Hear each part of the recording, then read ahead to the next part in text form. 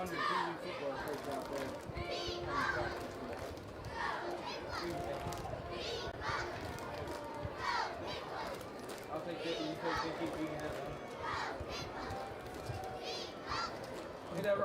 and gentlemen, let's put our hands together for the future of Piqua cheerleading, our Piqua Cheerleaders. They've been working hard all week at camp. They want to do that dance one more time for you because they've really been hitting it hard. So put your hands together one more time. Well, we'll probably do it again 2 more times for a Piqua Youth Cheerleader.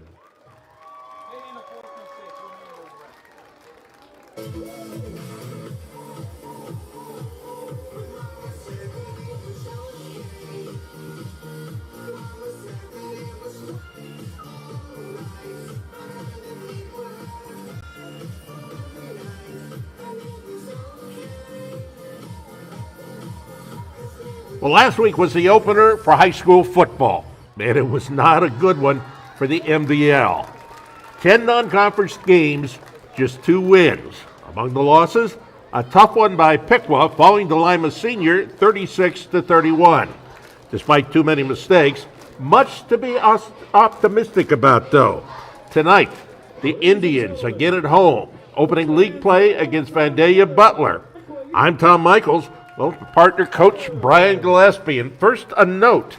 This season, we're trying a simulcast live on WPTW Radio, tape delayed on the Indian Nation station on YouTube, and Channel 5 on Spectrum. So, as we take a look at what's coming up here, pretty hot night here for the teams. They're going to be taking extra water breaks out there. But I mentioned some good things that we saw despite the loss. I'll tell you what, you had a lot of unknowns going into last week, and you had a lot of turnover on the roster. 17 of 22 starters are gone.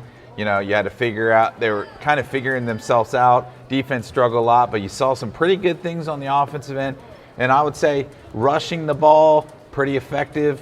They did turn the ball over 4 times, but some good things to talk about. Kai Warner had 135 yards rushing and he also had a touchdown. He did fumble one at the goal line, but he had a pretty good week.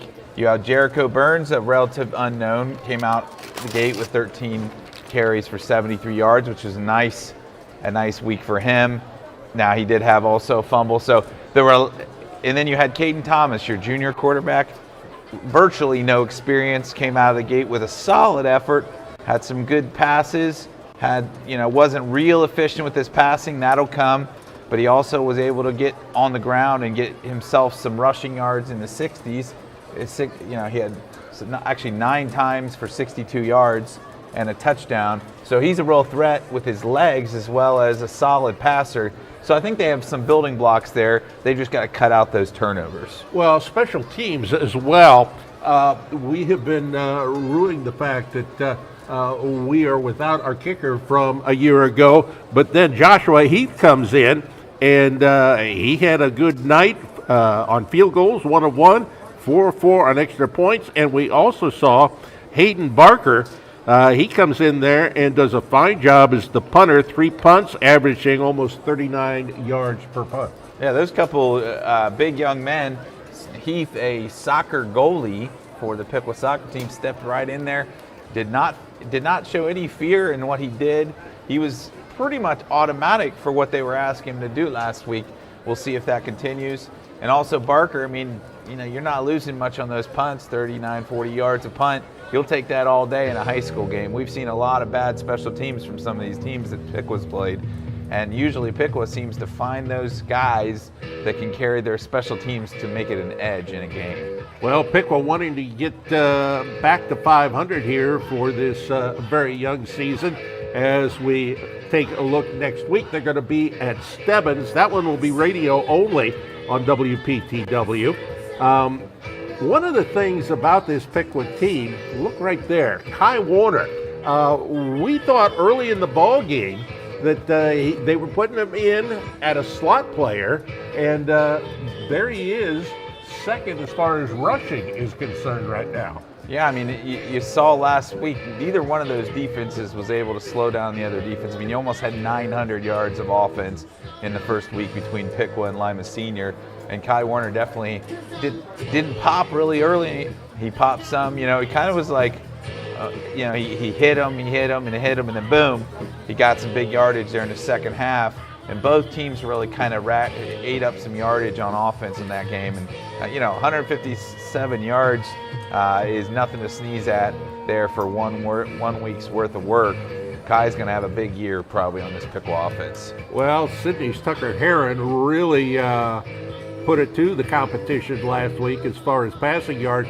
But Caden Thomas, you mentioned him, 135 yards. That puts him second among the league's quarterbacks. Yeah, I mean, I think he made some pretty nice throws. It's the consistency that needs to come. The reads, the making, not going in a stretch where you have 4 or 5 straight incompletions. If you can get that consistency, but we're used to seeing Brady Ewell, a 70% almost efficient passer. You don't see that too often in this league or really in high school football. So it's going to, Caden's got a ways to go before he gets to that standard. So as we get ready for tonight's game, as we mentioned, it is very hot here. Hopefully we can continue on. This is the kind of weather you sometimes wind up with those pop-up storms. We hope that we do not have to deal with that. Here's the reception leaders, a couple of guys in the top 5 there. Fourth, Rayshon Garrett. And also Carson Hawk. We really knew that we were going to see that out of Rayshon. Carson Hawk was a name that I wasn't necessarily familiar with. Well, I think that Butler's going to have to recognize Carson Hawk because he made a big play. He had 2 catches for 44 yards and a score. They were singling him up on the outside. He was able to get that big score for them. Let's take a 4-minute break on radio. On TV, we'll watch the band.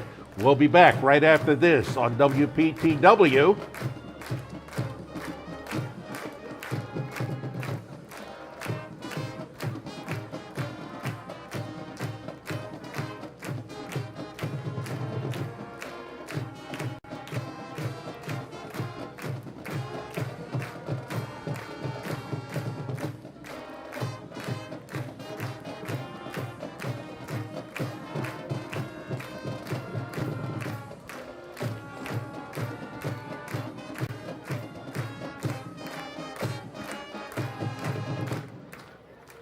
Ladies and gentlemen, we ask that you please stay standing and sing along as the band plays the Piqua Alma Mater.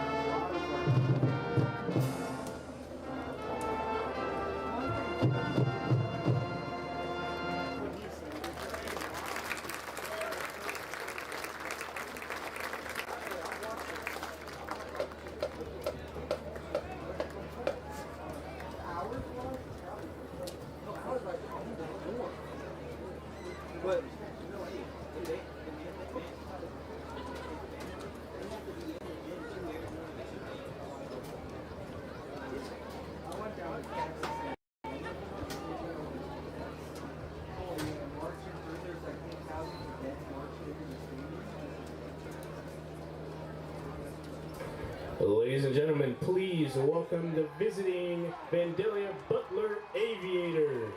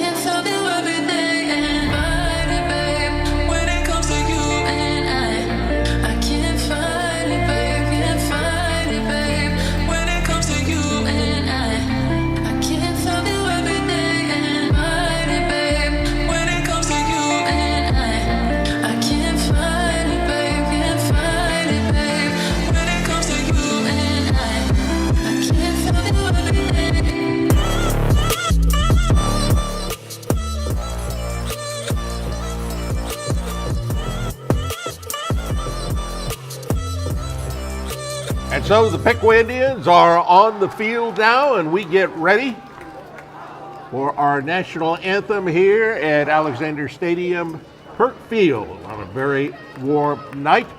The national anthem to be played by the Piqua Marching Band.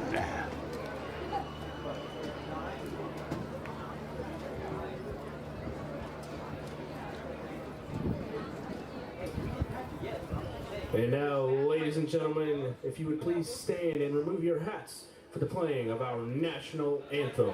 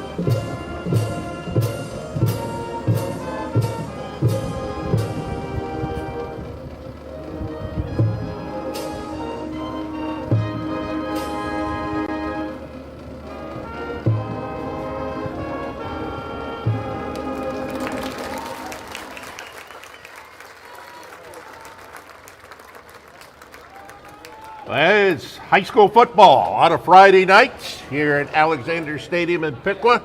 The Indians hosting Vandalia Butler. Each team, the Aviators and the Indians, 0-1 coming into this ball game. Our officials for tonight's game, the referee is going to be Rich Fisher, linesman David Gross, Brian Murphy, the line judge, umpires Kevin Four, and Tim Bradshaw, the back judge. Piqua won the coin toss. They defer to the second half. So last week, the Indians lost the coin toss. They wound up having to take that original kickoff, and they lost the ball right away. Yeah, it was an odd kick, kind of an in-between kick. Really brilliantly done by Lima Senior. Caught Piqua off guard, and it was really a momentum changer right from the get up there. Took Lima Senior in the right direction, and we know how it finished 18 hours later. So, they got to keep an eye on. I don't know that they're going to see as much craziness from this Butler team, and a little bit more traditional type football this week. It's Piqua Youth Cheer Night tonight. We got a lot of the young cheerleaders out there on the field as we get ready for this one. It is going to be Joshua Heath kicking off. He'll be kicking off right to left. David Crump, Corey Rice, and Austin Flory are the ones who have done the runbacks thus far for the Butler Aviators in game number 1. We're interested to see who they're going to have come out at quarterback. The number 1 guy, Luke Seibert, injured last week. So we'll see. Heath, fairly short kick. That's going to be picked up there by Tevin Crump. Crump will bring it up to the 30-yard line, finds a hole, the 40, and is finally tripped up there. Getting to it was the kicker again, Joshua Heath, who got the hand on him. Last week he had a big tackle, and for a soccer player, a little bit unusual to be able to do that. I'll tell you what, you don't see too many kickers are able to take that angle away and make that tackle. He might have saved a touchdown right there. That was a heck of a job by him. Last week he just got a direct shot on the guy. I don't think I've ever seen a kicker hit a guy harder than he did last week. He's almost a defensive weapon at this point. The ball right at the 50-yard line is the first play from scrimmage coming up here.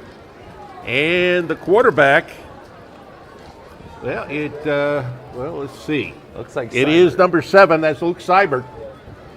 So he is their main guy. He was 3 of 3 last week before getting hurt. The pitch, this is going to go to Caden Bates. Bates tries to go over left tackle, and he's going to pick up about 5 yards there before the Indians are able to bring him down. Yeah, they're doing a little spread. They only have one running back there that, they probably saw a little bit of what Lion Messina was able to do, spreading them out last week, and they might try to take advantage of that against this Piqua defense. Bates again, the running back. He lines up as the single back. And we see that Rayshawn Garrett is going to have to come out of the ball game, so Jericho Burns goes in his place.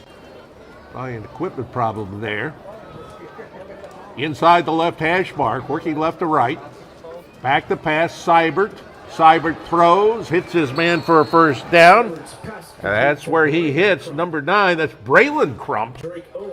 Braylon Crump comes into this ball game. He is a junior. Looked like Drake Owen was over there on coverage. They got kind of beat by that a lot. Those out routes last week, very similar plays, short 5-yard pass to the out. They're just too deep off the line, and that's what happened there. 3 wide to the right, 1 to the left. They're going to throw it over here on the right side, off the fingertips, and it is incomplete. Intended receiver is Taven Crump. He's a junior, 5'10", 150-pounder. Last year he was 30 receptions for some 344 yards. That'll bring up a 2nd and 10. I'm a little surprised they didn't call that a fumble because it looked like he threw that ball behind him. And it was dropped. I thought it might be a loose ball there, but they didn't call it that way. From the left hash mark, on the give to the back. The back this time, that's Rommel Hayden, 5'11", 165-pound senior running back. He'll pick up yardage down to the 30-yard line, so a pickup of 5. Gage Gamble there got that tackle. He really did a nice job wrapping, which they really struggled with their tackling last week. That was a nice job by Gamble there. This Butler team does their running back by committee. They have 3 different running backs that they'll stick in there. 1 lone receiver wide to the right, the far side of the field, 2 to the left side. Again, a single back, man on a wing on the right side. Man in motion is going to take the ball. That's Crump.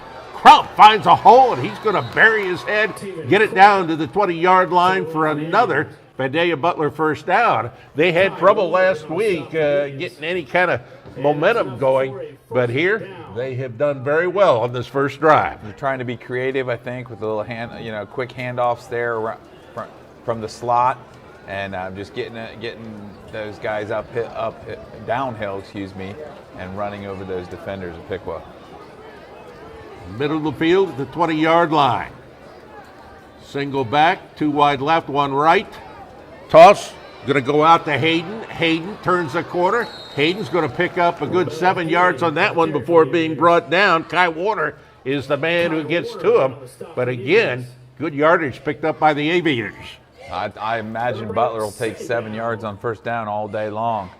That was a heck of another nice job on the left side of the line by Butler, just really hemming the edge there to get that guy outside for a nice run.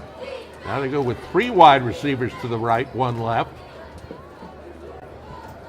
From the left hash mark, Seibert throws a quick hitter out here on the near side. Taven Crump with it. Taven Crump is going to get down, and he is down at the 1-yard line, inside the 1-yard line. Whew. I thought he got that one over the line, but apparently they didn't. The refs did not think so. Well, it looked close.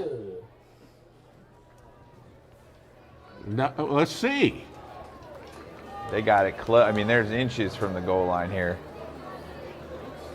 So, yep, it is sitting there, and that nose of the football can't be more than 3 or 4 inches off that goal line. When the center does anything with the ball, it's actually going to literally put the ball in the end zone. First quarter, 8:35 left to go.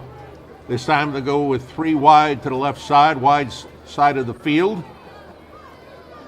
Single back, Seibert. Going to give the ball to that single back who just powers on through. That's Austin Flore. Flore on the 1-yard touchdown. Actually, that's what he'll get credited for. It was more like a 3-inch touchdown. And just that quickly, Butler with a 6-0 lead here with 8:20 to go in the first quarter. Tell you what, you don't see too many half-yard line runs where you don't get touched before you get in the end zone. And they just blew Piqua off the line there. That was easy. Hit the easy button on that one.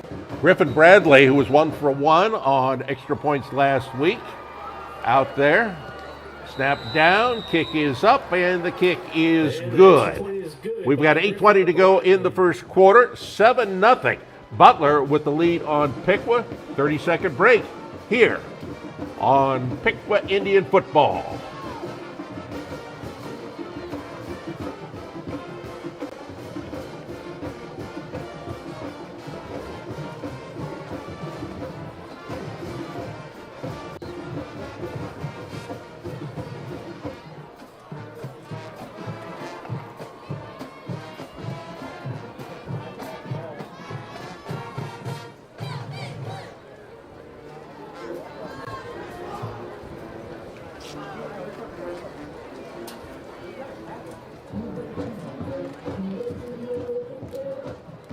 Seven 0 Butler with the lead on Piqua. 8:20 to go in the first quarter.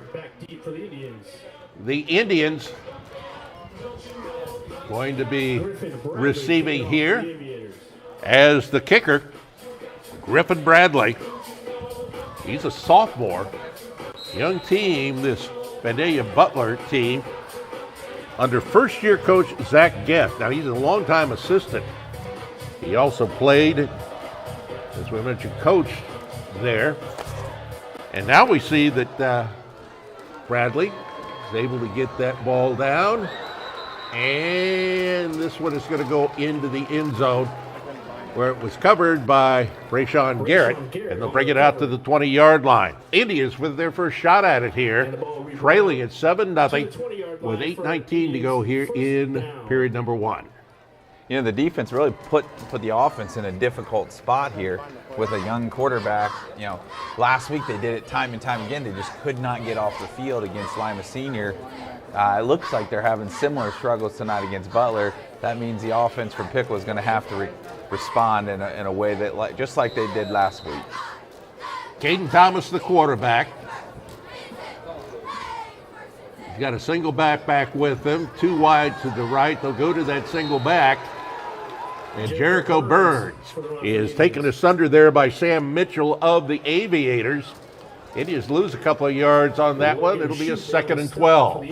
I think the Aviators have a lot better defensive line than we saw last week at Lima Senior against Lima Senior. It's going to be real hard to run in between the tackles.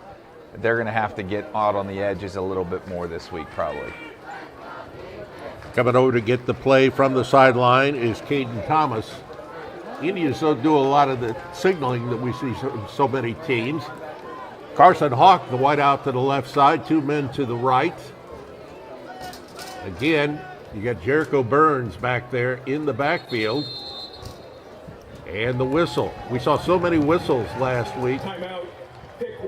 And Piqua's going to call a timeout there. So let's go ahead and take a 1-minute break on both radio and TV. 7-0, Butler leading Piqua, 7:30 to go in the first quarter.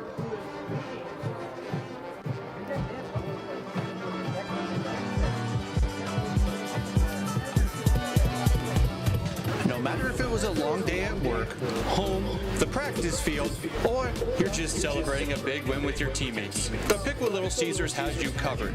Stop in for a $6.49 hot and ready pizza anytime. Your Piqua Little Caesars are proud sponsors of the Indian Nation Station and Piqua Athletics.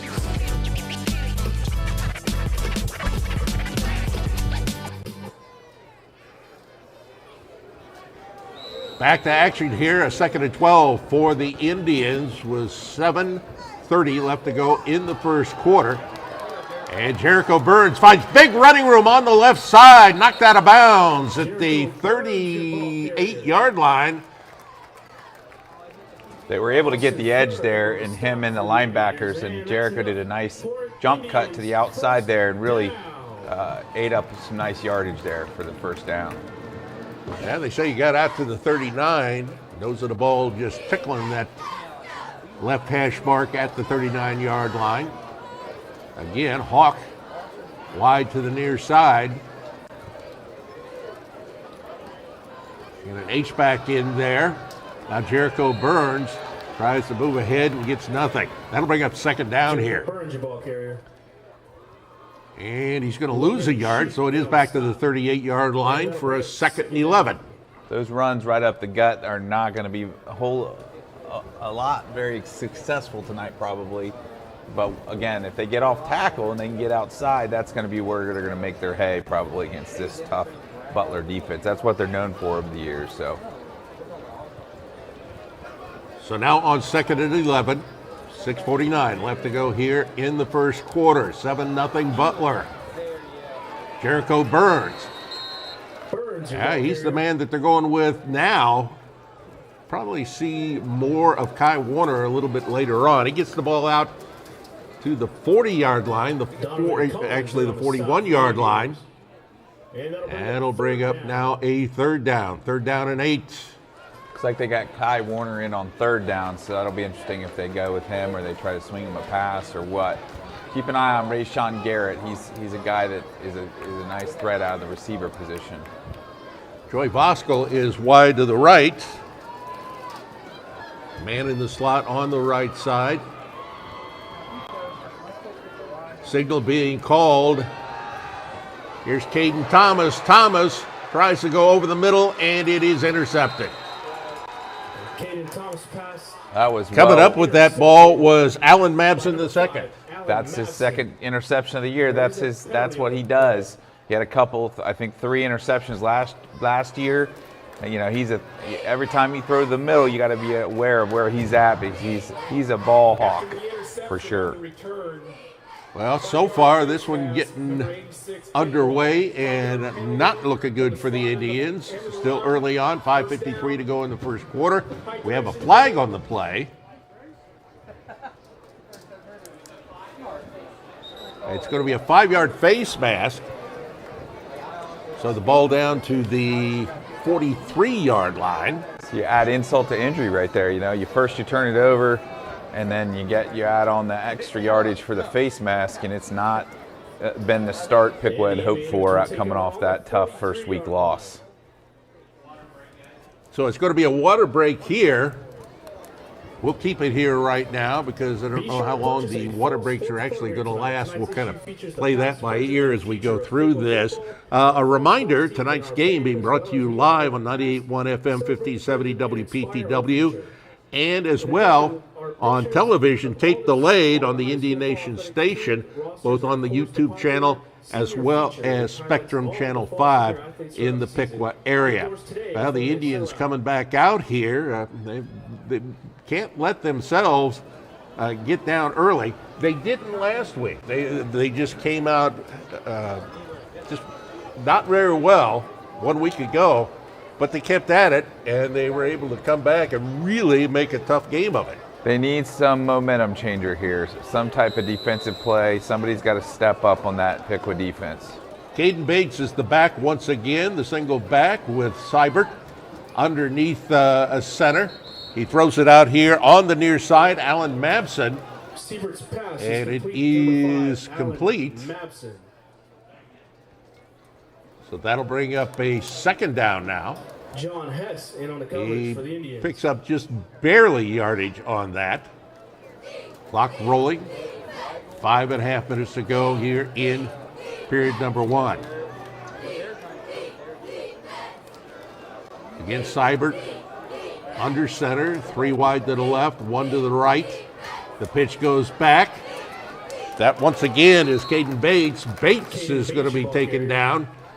Several players in on that tackle for the Indians, including number 72. That is Ryan Eric. I think Derek Jones was also in on that. And here's what you want if you're Piqua's defense. You want this Butler offense that doesn't throw the ball. They've done a decent job of short passes, but they're not a big deep passing threat. You want them in 3rd and long here. Well, the Indians last week on several plays did well on the first 2 downs and then gave it up on the 3rd on a 3rd and 9. Ball given here Ramel Hayden, Hayden, and he's going to be well short of the first down, but this is in that typical anymore 4-down territory as the ball is down there to the 37-yard line. Looks like Butler's staying out there on offense. So, anymore, does anyone punt at this spot? Used to be a guy they try to pin him deep, but nowadays 4th down and in between inside the 40-yard line, everybody goes for it. Fast-moving first quarter. Direct opposite of what we saw last week between Lima Senior. And now there's a timeout being called.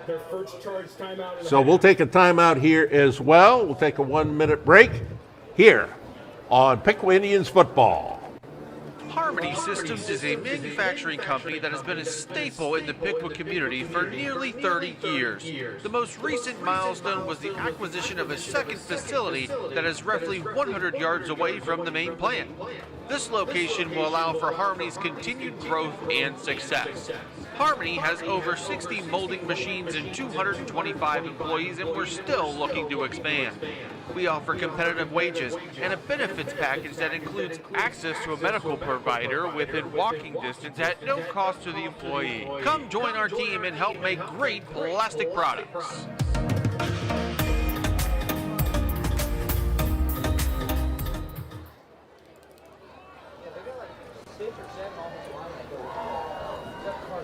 We come back out here. It is a 4th and 4, man in motion for Vandalia Butler, leads at 7-0. They're going to give the ball to Austin Flore. Flore's going to pick up the first down yardage down to, let's see where they're going to spot that ball. Looks like they're going to spot it at the 32-yard line, and that is enough for the first down. I tell you what, it wasn't anything too creative or too overly, trying to confuse anybody. They just ran it right at them, and Piqua didn't have an answer on 4th and 4. That's surprising. So 1st and 10, ball at the 32-yard line, working from the left hash mark. Here's a throw out on the left side, intended. That one was intended for Corey Rice, incomplete. Butler in the white uniforms with the purple and the gold helmets, the dark blue with the white numbers, white trim, and some red on it as well. The blue helmets for the Piqua Indians. I'll tell you what, it's nice to be in white tonight with that weather. You bet. They're kind of lucky that way. So, and the Piqua fans are lucky that they're in the shade right now. So on 2nd and 10, 3:22 left to go, first quarter. They're going to give the ball this time to Caden Bates. Bates is not going to get much of anything. Among those in there, Aiden Williams, who had 2 tackles last week. And he picks up a yard down to the 32-yard line. So now you're in another 3rd and long here, partner. And as you mentioned last week, they struggled against Lima Senior on 3rd down. Let's see if they can tighten it and force them to punt, even though they're in that in-between spot here. Less than 3 to go, first quarter. 7-0 Butler. Scored on their first drive. Rolling left, Seibert. Seibert looking over here on the near side. It is complete. And taking him down. That was for the Indians, Rashawn Garrett. The man with the catch, Julius Rusk. Rashawn Garrett in on the stop. So some of the guys that didn't necessarily show up in the stats a whole lot last week are getting their opportunities here. He's 2 yards short of the first down, so it'll be another 4th down coming up here. The Indians have not been able to stop him at all on 2 drives. And you've left him now really win a really doable 4th and 2 here. Man in motion was Donovan Collins, but we've got a whistle. And Butler's going to call their second timeout here. So let's go ahead and take a 30-second break here as well. 7-0, Butler leading Piqua Fourth down situation coming up here with 2:41 to go in the first on Piqua Indians football. This season. Their support allows Piqua to showcase the best program and no doubt video board in the state of Ohio. Thank you, Piqua, for supporting our student athletes and programs.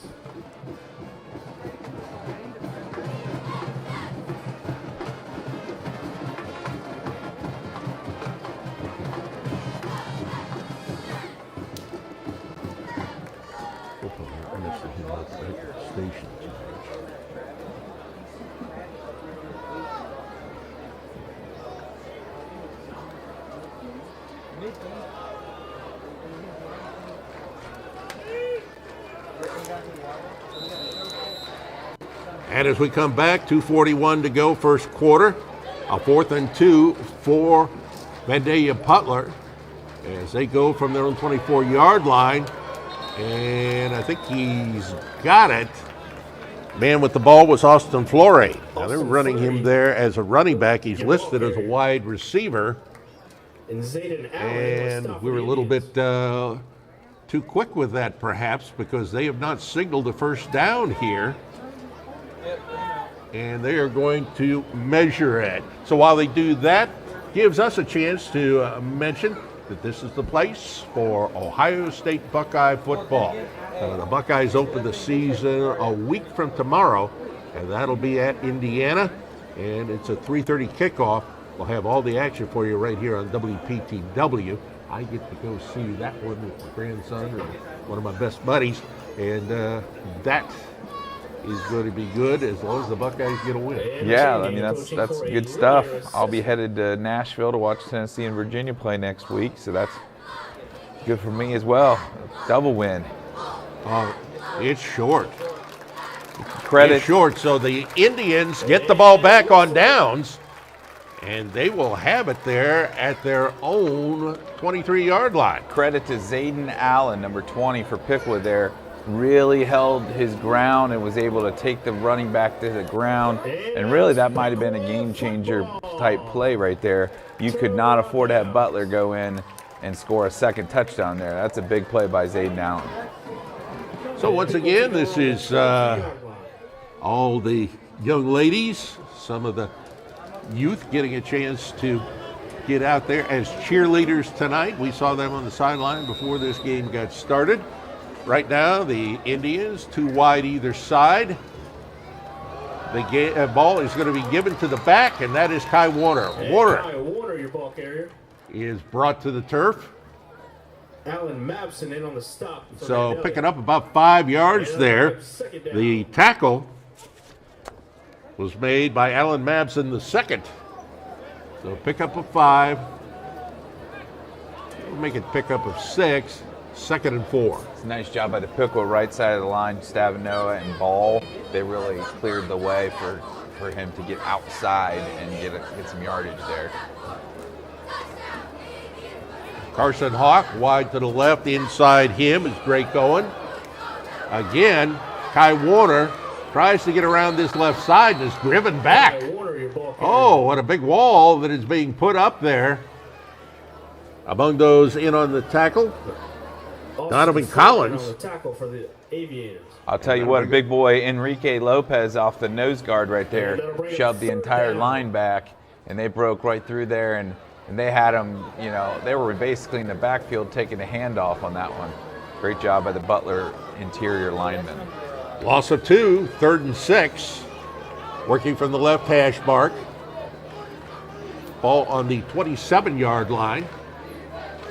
Caden Thomas, the quarterback, looking. Now he's going to run it himself. Finds running room over on this near side. Knocked out of bounds with Sam Mitchell coming up there and putting kibosh in that play. And it's going to be a first down for the Indians. Their first down of this game with 1:06 to go in the first quarter. Indians working for the left hash mark. The ball out to the 33-yard line. A young quarterback like Caden Thomas, sometimes the best things you can do, don't force the ball, go run with it, and he's got that kind of athleticism to do that. Joey Bosco wide to the right, 2 men inside him. Man split to the left side. Again, Kai Warner. Warner, he'll pick up a little yardage there. He'll get it out to the 36-yard line. Pick up of 3. That'll bring up a 2nd and 7. And that'll bring up 2nd down. This game being brought to you live on 98.1 FM, 1570 WPTW, and tape delay on the Indian Nation station. Ball now sitting on the 36-yard line to where they spot it. Same setup with 3 wide to the right side. Carson Hawk, the lone man to the left. Jericho Burns is going to be the back this time. And again, he's going to be brought to the turf by Sam Mitchell, the inside linebacker, 6'2", 200-pound senior.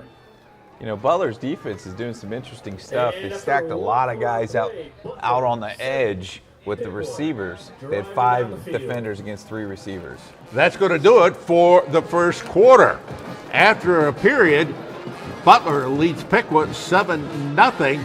Back right after this, here on 98.1 FM, 1570 WPTW, and the Indian Nation station. Have you heard of This and That Candy on Main in downtown Piqua? It's for kids of all ages. If they don't have it, they don't make it. This and That Candy on Main has your favorite retro candy. You know from when you were a kid. There's a selection of 165 glass bottle sodas and 84 kinds of saltwater taffy. Retro toys, they've got them too. This and That Candy on Main, 408 North Main Street. Find them on Facebook or call 937-541-2201. If we don't have it, they don't make it.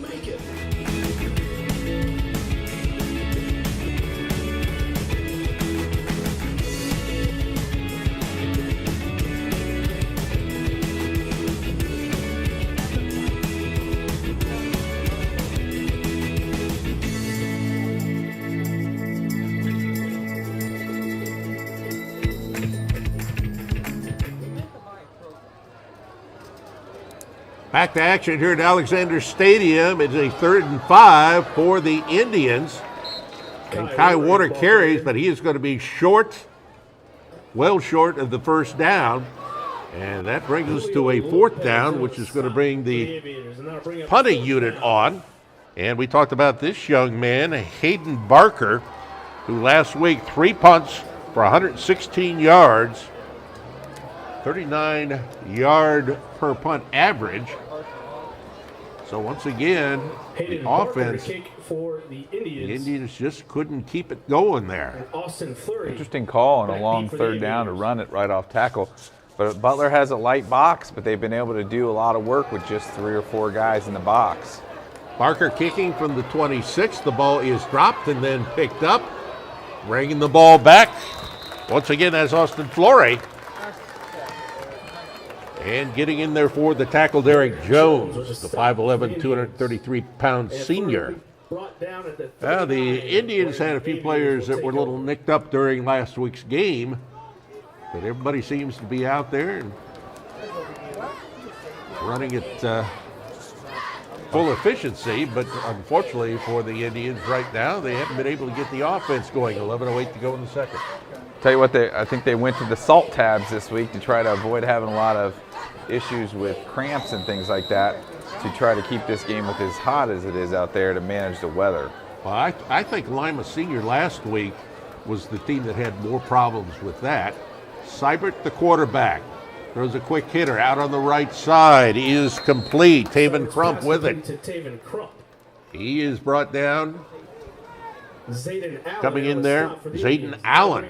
2nd down. Zayden Allen's doing a nice job tonight. He's made a couple nice tackles. We didn't hear from him a lot last week. I think he may have worked his way into the first string this week. Yeah, he's a sophomore. Doing a good job tonight here. Pick up a 3, 2nd and 7 on the left hash, or right hash mark, should say. As they'll give it to the running back, who burrows straight ahead. That running back is Rama Hayden, 5'11", 165-pound senior. Last week, carried the ball 13 times, but only 9 yards.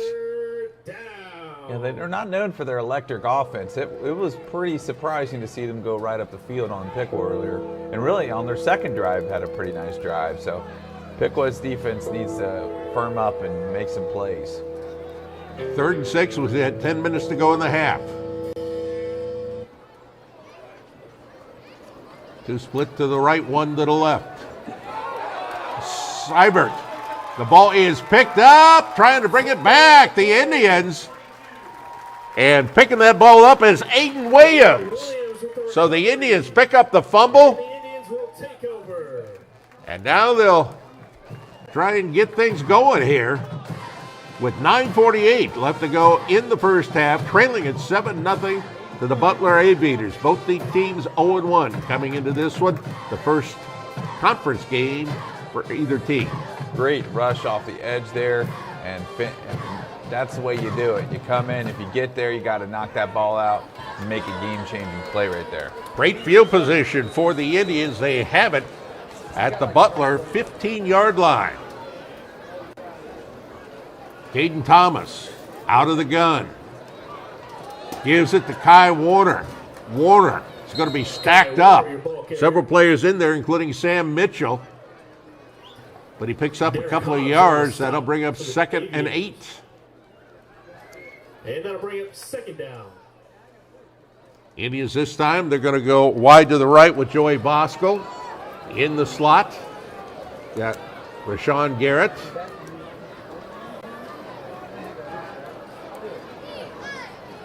They also have Tate Coolman in a slot.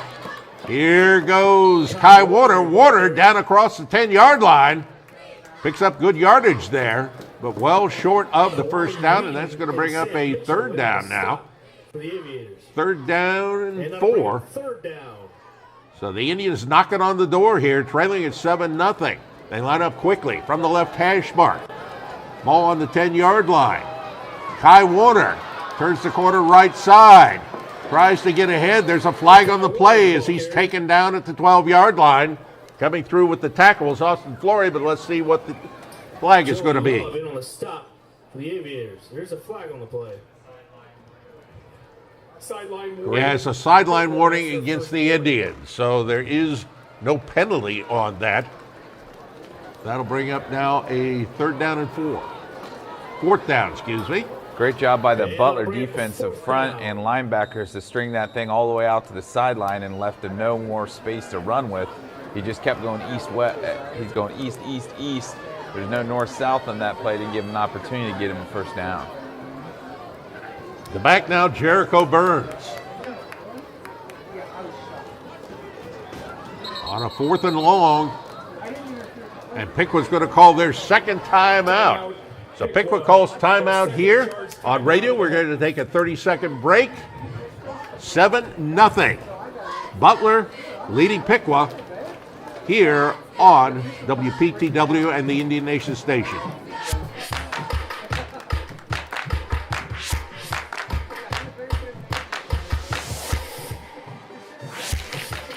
Buffalo Wings and Rings in Piqua is located at 989 East Ash Street. They have 45 TVs to watch all the live sports that you could imagine and offer a wide variety of food options. From burgers to wings, nachos, and yes, the pretzel bites, there's something for everybody. Stop by the Piqua Wings and Rings location before the game to get fueled up for the competition and after for the celebration.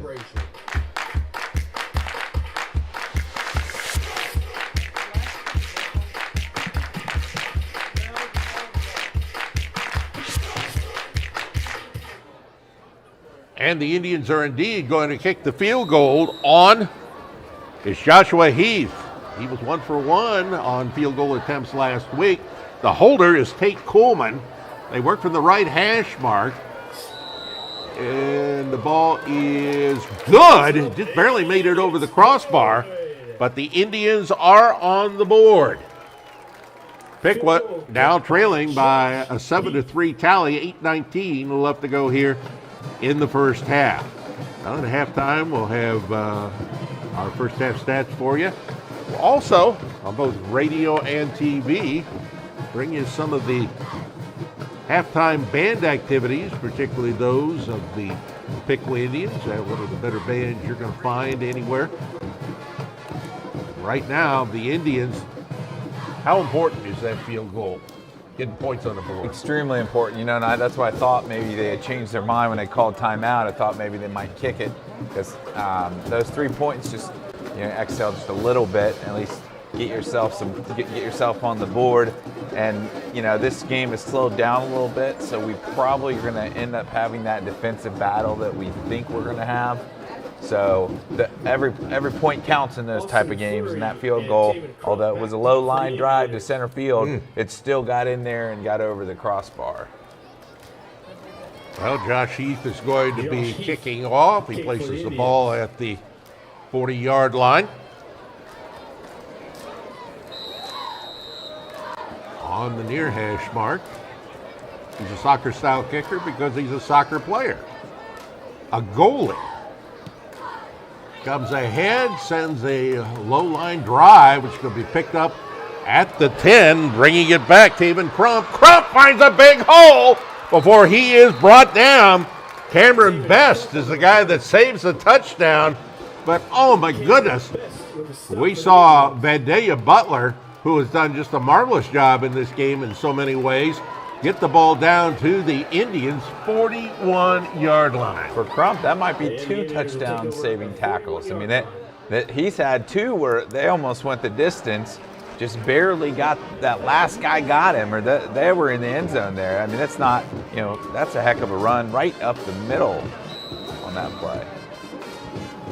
So the Indians are going to have to kind of get things squared away here.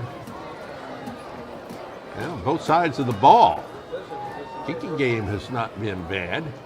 Here's a pitch back, goes to Bates. Bates driven out of bounds on the far side of the field by linebacker John Hess, 5'10", 186-pound sophomore. Well, we know this is going to be a transition year here for the Piqua Indians. Lost so many players from last year, both offense and defense. It seems like the defensive losses are hurting them worse than the offensive losses are now, but the offense hasn't exactly been lighting the world on fire either tonight. 7:30 left to go, first half.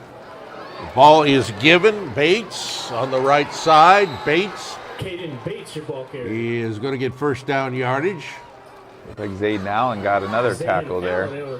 He's done a fine job here. He's a sophomore. Unfortunately, he was a little late, and they got themselves. Uh-oh, we got a flag here. It's back at the 37-yard line. And it's going to go against Pandaya Butler.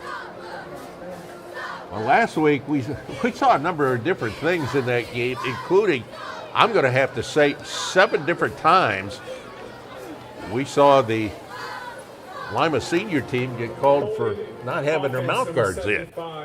10-yard penalty from the previous spot. So that's going to be a holding call. Goes against one of their linemen, Tanner Bush, the senior. That'll take the ball back to the 47. That changes this possession for sure. I'm guessing Butler's not a great offense when they get deep on second down here like this. So on 2nd and 16. Throw out in the right flat. It is complete. And they get the ball to, that is Alan Masson Jr. Mabson, a wide receiver, 6 foot, 165-pound junior.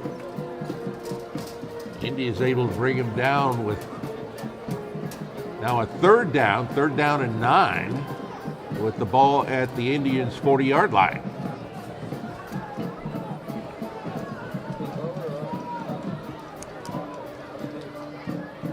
.35 left to go first half.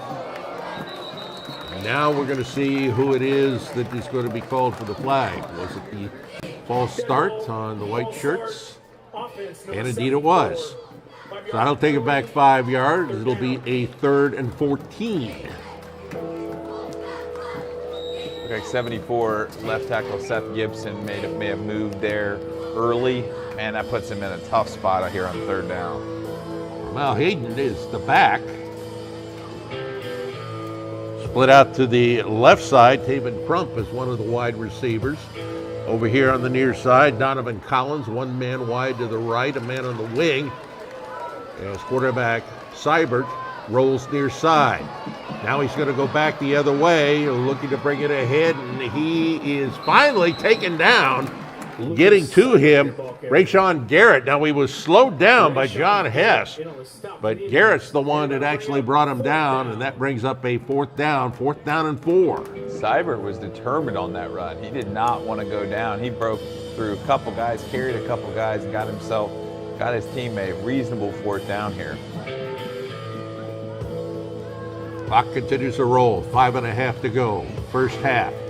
Indians trail Butler 7-3. A hot night tonight in Piqua, Ohio, Alexander Stadium, Perk Field.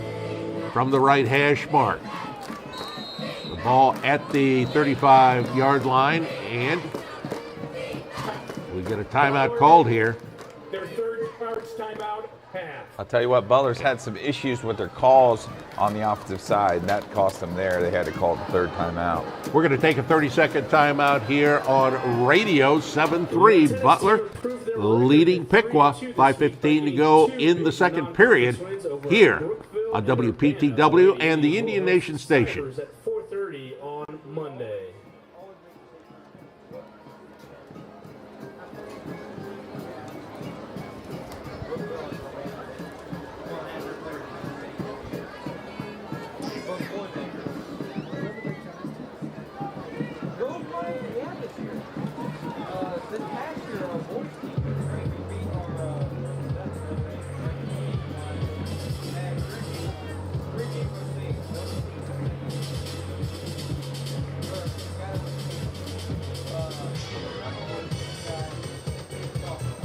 .5:15 to go, first half. A 4th and 4 from the Piqua 35-yard line for Vandalia Butler, who leads it 7-3.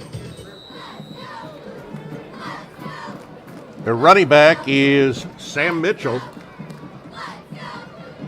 He's going to take the ball, go around the right side, and he is going to be stopped short, but there's a flag on the play. Looks like he might get a horse collar tackle there. Sam Mitchell, your ball carrier.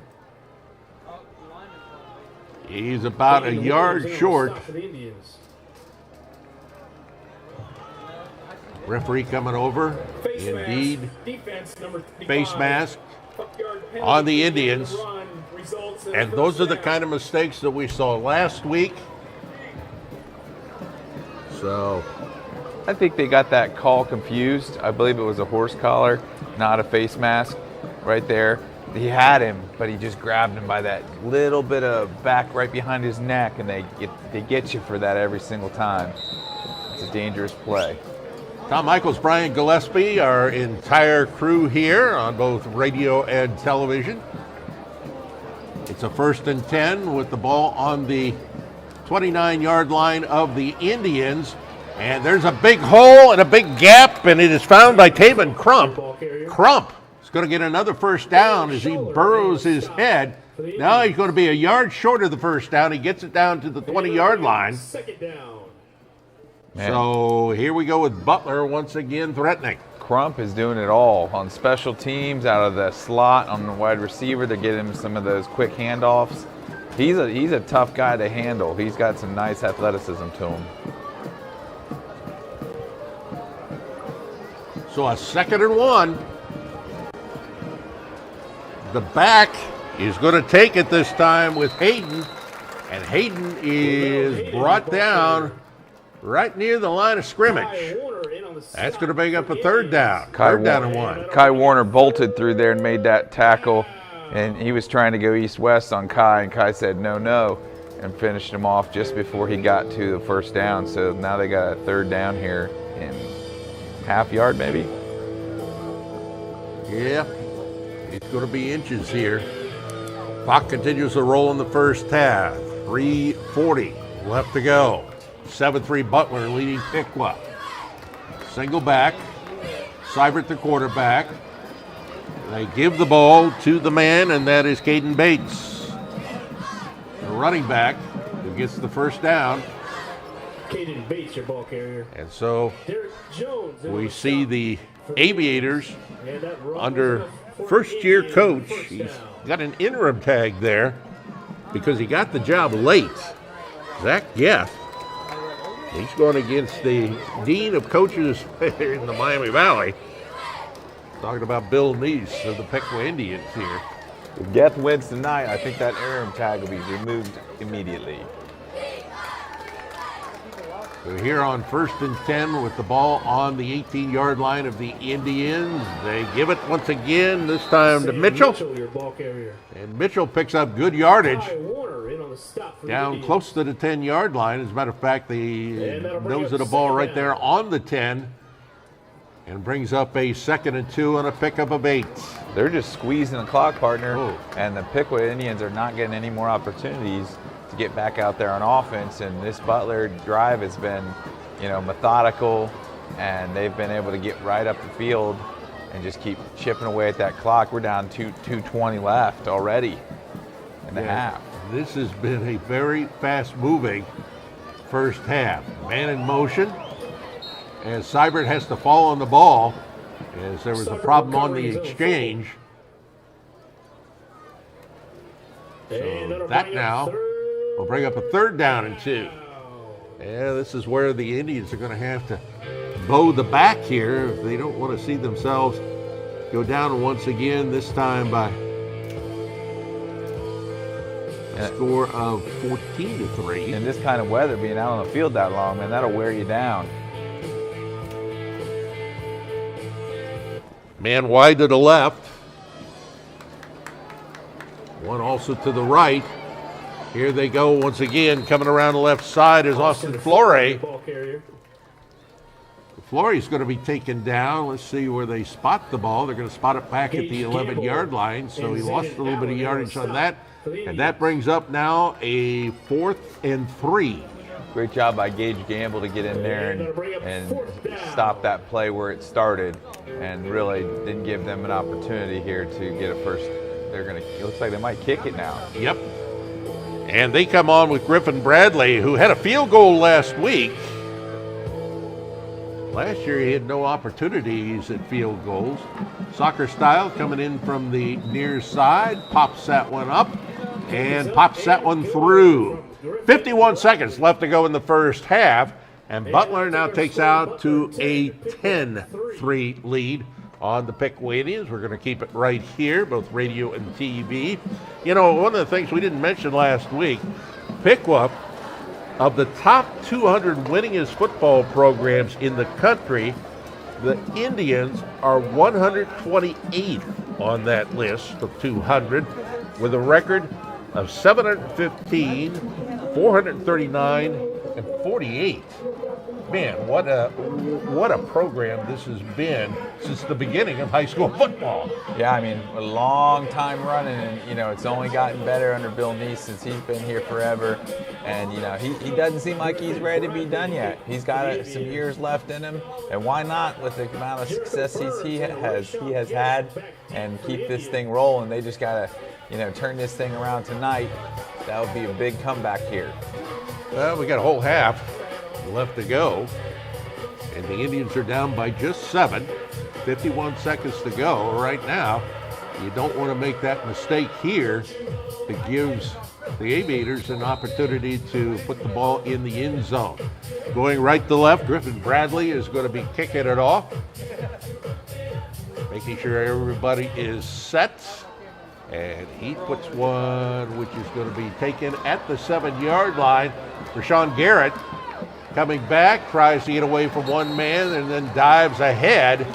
He gets the ball out close to the 20-yard line. And looks like they'll spot it at the 19. So 45 seconds left to go in the half. Once again, we'll have halftime statistics for you coming up. We'll also hear the Piqua Band show on both radio and TV.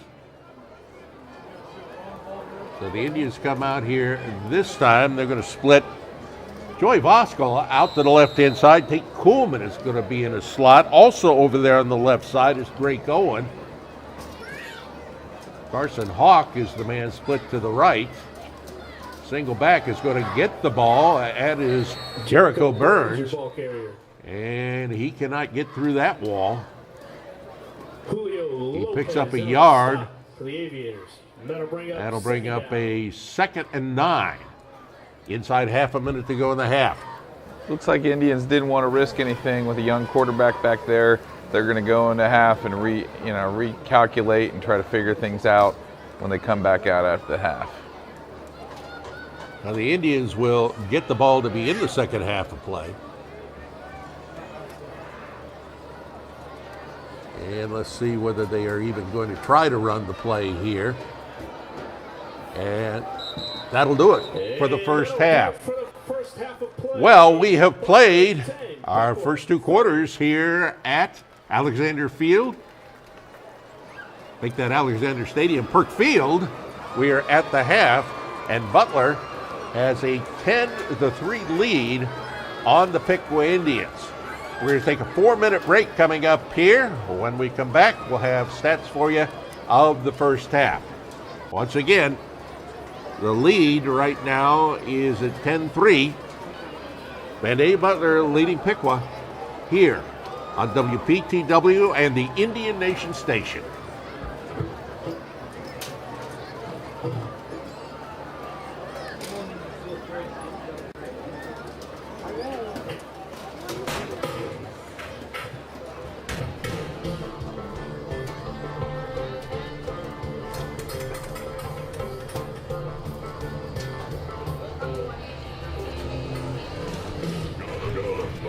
Ladies and gentlemen, please welcome to the field for their halftime performance, led by Drum Major Ryan Miller and Assistant Drum Major Carissa Tickner, the 2023 Marching Aviators and Kick Line.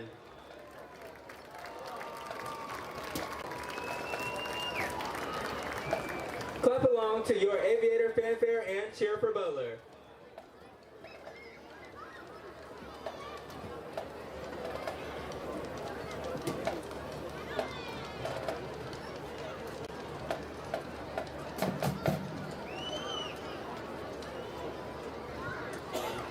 Keep your camera straight. It is on straight. Okay. Alright, hold on.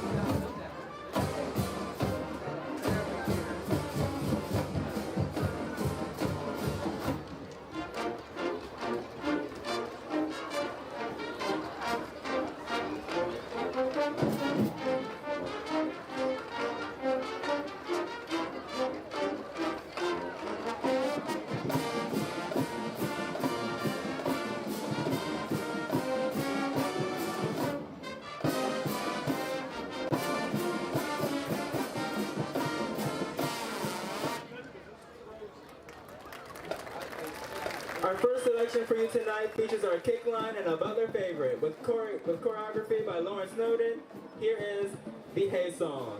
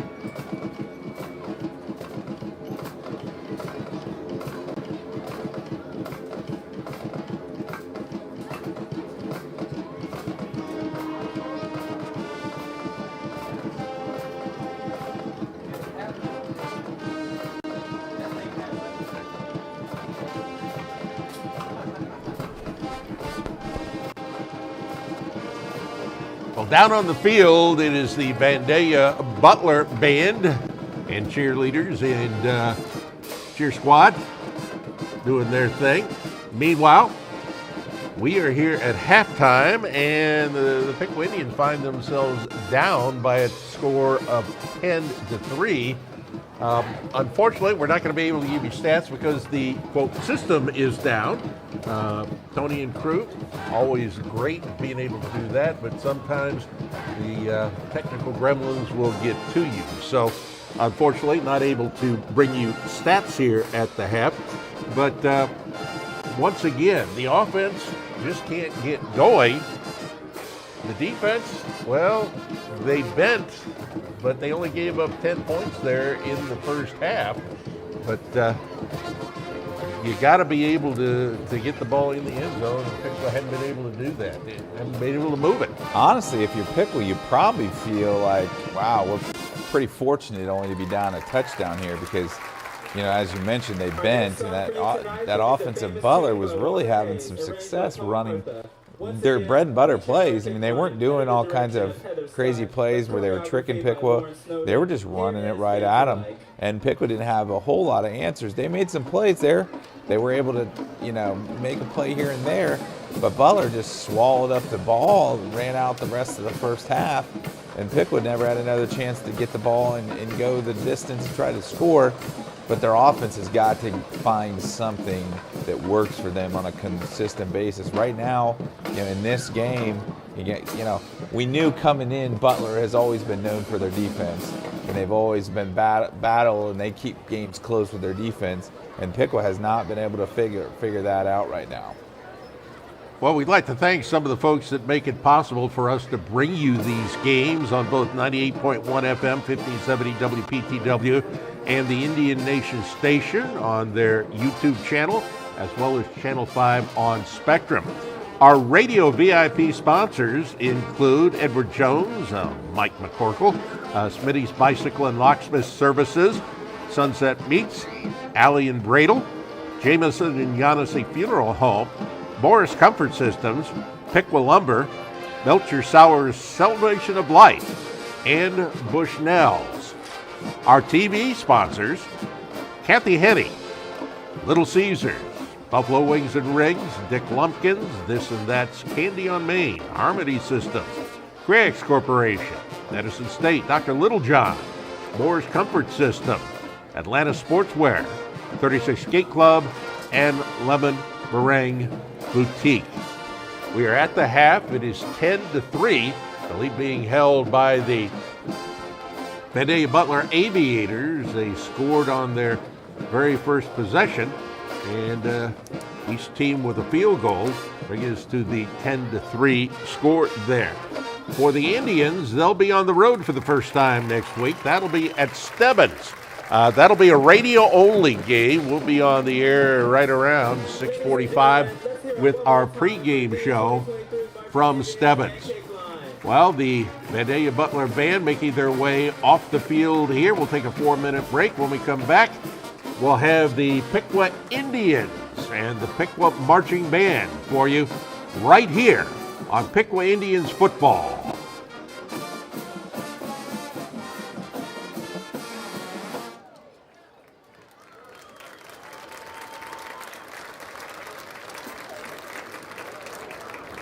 For years and years, we introduce our best and brightest students to other universities. They're going off to major in fields like business, education, nursing, and engineering, even taking classes online. And they couldn't be happier. We couldn't be happier either. After all, that's how we planned it. With Edison State's Bridge to Bachelor's degree program, you can get your 2-year degree and 4 classes at Edison State and then easily transfer to a state school. Save thousands of dollars and get the same great education with Edison State. Dr. Littlejohn believes that clear vision begins with regular comprehensive eye exams. His friendly and professional staff will make you feel welcome in his office located at 8090 Looney Road. With our great selection of stylish eyewear, our licensed opticians will help you pick the perfect pair of glasses. Dr. Littlejohn participates in many vision plans. Call us at 937-606-2772 to schedule your next eye exam. We look forward to seeing you soon. Go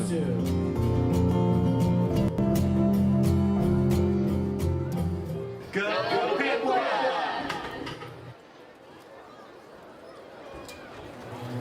How did you get here? Was it the region's leading cancer treatment? Or Premier Health's access to advanced research as a certified member of MD Anderson Cancer Network? Maybe it was the support of family while you stayed close to home. Or maybe your cancer journey began with a much more personal question. You ready to get started? Let's do this.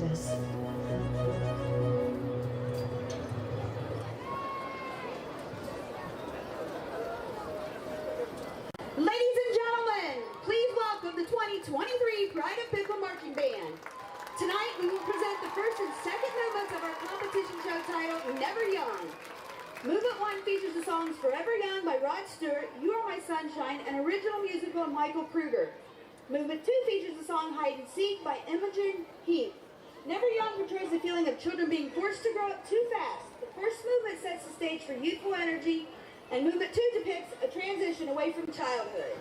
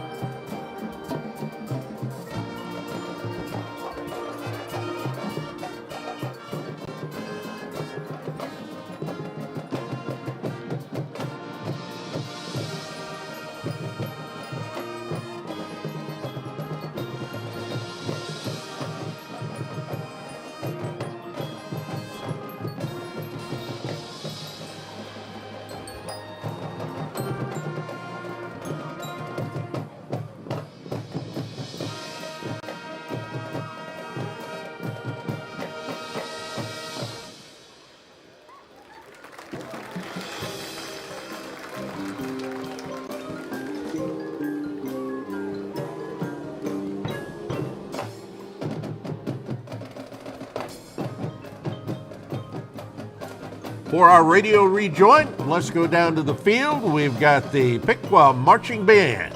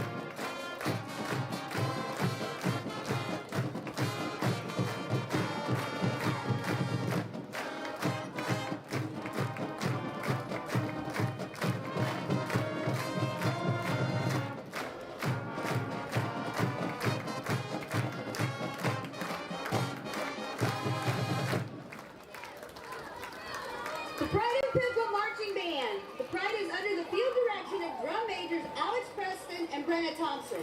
The band program is under the direction of directors Wyatt Hines, Mitch Mahaney, with assistance from Alex Acuna. The guard directors are Dylan Schultz and Jacob Knight. The percussion director is Graham Harder. The Pride of Piqua has been a consistent OMEA state marching band finalist and a participant in Bands of America Grand Nationals. The Pride of Piqua looks forward to another great year of marching excellence. Good luck, Pride!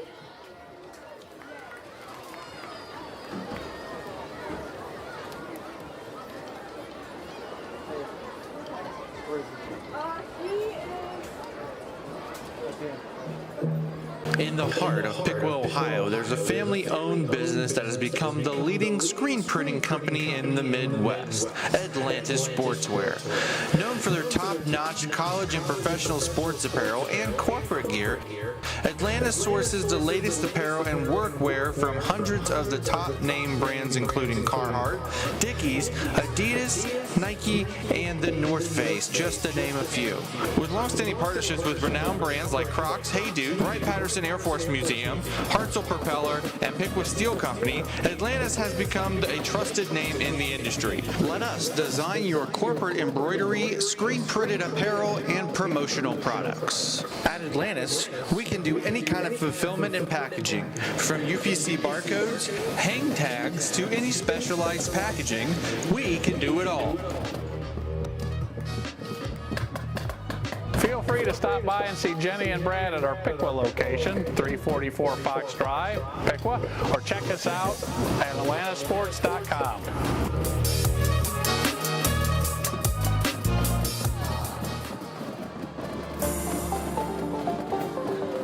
From the beginning of the process all the way to the end, everybody was professional, courteous, and kind. So thank you all very much. You're wanting to sell your home? Look no further. Happy and the job done. We're very pleased with the Kathy Haney team again. We've worked with them in the past. They've done another great job. We'll use them again. I've been using Kathy Haney for about the last 10 years, buying and selling houses. She's absolutely incredible. It's our first time we bought a home in 20 years. And it was a fantastic experience, and looking forward to getting in and being residents of Piqua. We'd like to thank the Kathy Haney team and Kathy Haney for selling our house, for selling my mom and dad's house, my sister's house, my son's house. They are amazing. I want to thank Kathy Haney and the Remax team. They did a fantastic job. Couldn't be more happier with our purchase. Very excited about everything and looking forward to our new home.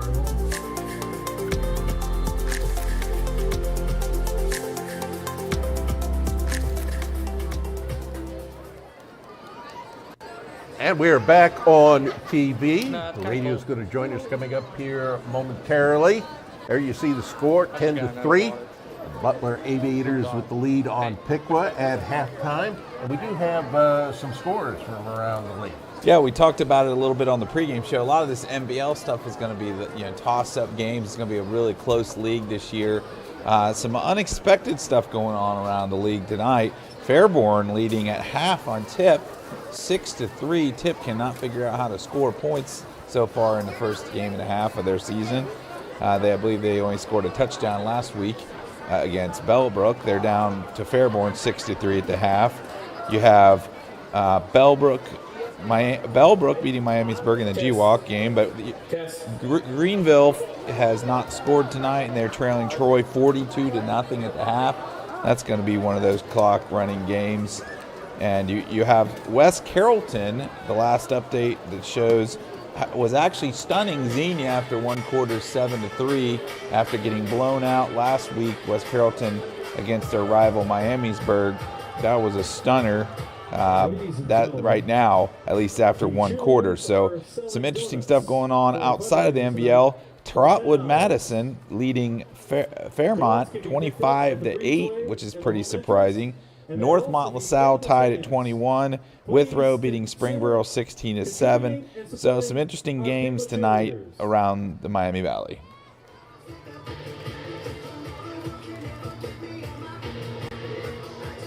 And we welcome our radio audience back as we get ready for our third period of play here, 10-3. Butler with the lead on Piqua. The Piqua Athletic Department selling all of their football tickets this season all year long with all of their other athletic events with a cash option at the gate. Also with the opportunity to purchase tickets online. You can purchase the online tickets at Piqua City Schools webpage. The boys soccer team got a big win in their MVL conference opener on Tuesday. They defeated Xenia 1-0 to improve their overall record to 2-1-1. Team's going to be traveling to Stebbins on Tuesday for another big conference matchup. So once again, we welcome you here to Alexander Stadium. Perk Field, just about ready to get going here. What do the Indians have to do? First of all, they've got to score some points. Well, they had 2 first downs in the first half, so that's not going to cut it. They did not have a whole lot. They had 15 offensive plays for 47 yards as compared to Butler actually had 28 plays, almost doubled them up on the plays and had 102 yards, and they had the ball for 21 minutes in the first half, Butler did, to just 7:54 for Piqua. Piqua needs to get that ball on this first drive, and they need to move that ball and grab the momentum early here to get this thing rolling in the right direction. Well, Piqua won the toss, deferred to the second half, so they'll receive the ball coming up here. Going back deep. Now, we didn't see him go back deep last week. That's Rashawn Garrett, and the reason was Lima Senior did nothing but the pooch punts, or they tried the offside kicks, or onside kicks, should say, and so we're getting ready to go here. The kicker for Butler, Griffin Bradley, and he is going to be kicking from the near hash mark. Much different kicker than Lima Senior had last week. He's got a heck of a leg. He's able to kick that one pretty deep. He made that field goal by a mile earlier. So on a very hot night here all over this part of the world, we see Griffin Bradley check with his mates, presses forward. Here's a line drive kick, which is going to come down, be taken by Rashawn Garrett here on the near side. He's up to the 20, spins away from one man, and then spins his way up to the 24-yard line before being taken down. Alan Mabson, the second, in there on the stop. So the Indians now hoping to get things going here with just very poor offensive showing in the first half. I mean, with as few plays they had, they only threw the ball once, and that one throw was an interception. So they were a little gun shy, I think, there for these throws after that interception. Kai Warner is the back off the left hip of the quarterback, Caden Thomas, working for the right hash mark from the 24-yard line. Here's Kai Warner, bounces to the outside, and is shoved out of bounds by Austin Flore, the 6-foot, 185-pound senior strong safety. He picks up 2 yards. That'll bring up 2nd and 8. Well, look for Piqua maybe to go short pass, swing pass, or something of that sort to try to get Caden Thomas a little bit of confidence in the passing game so they can loosen up this Butler defense. 2 wide left, 1 right, the short side of the field, man in motion. Now they give the ball again up the middle. Kai Warner, your ball carrier. Goes Kai Warner. Warner Going to get it out just beyond the 30-yard line to bring up a third down. Third down and 4 here as he picks up 4 on that play. They're also using the H-back. I don't know that we saw that all that much there in the first half, and the H-back is going to be Gage Gamble. Oftentimes they'll send him in motion. Again, 2 to the left, 1 to the right. The 1 to the right is Carson Hawk. It is going to be Caden Thomas keeping the ball. He's got a first down. He gets it up and is forced out of bounds, but not before he gets the first down, and he gets it out to the 45-yard line. Just under a minute gone here in the second half. They had a lot of success last week when Caden kept the ball.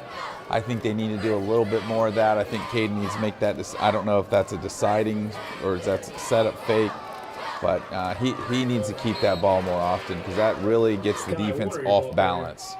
Kai Warner bowls ahead, picks up a couple, brings up second down.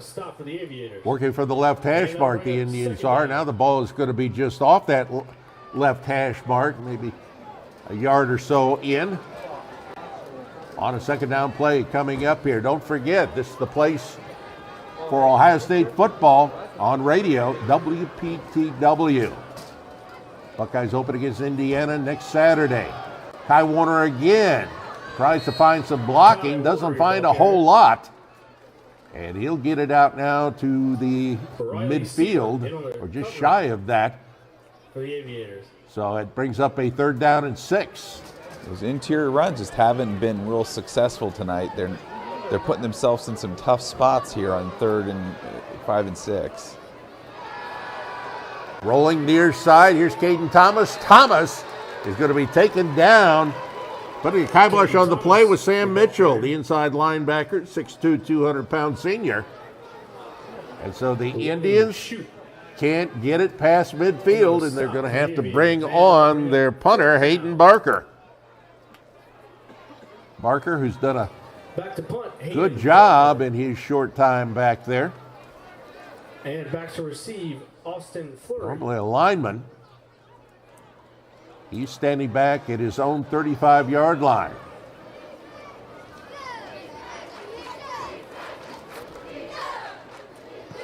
Gets rid of the ball as it comes down and out of bounds at about the 23-yard line. Back deep for it was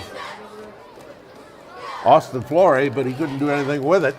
So now the Indians go back on defense here after giving it up. The Aviators will take over.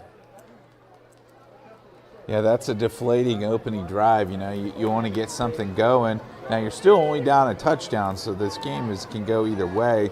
But there's just hasn't been that emotional play, that momentum that has sparked that Piqua offense. It's just it's like they're in concrete. They just can't get going.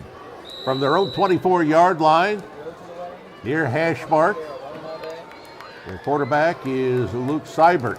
Now, he was hurt last week. He had gone 3 for 3 passing at that point, and his replacement came in and had a -11 quarterback rating the rest of the way. Here's one complete over on the far side. Gathering that one in is Stephen Crump, and we saw him an awful lot that first half.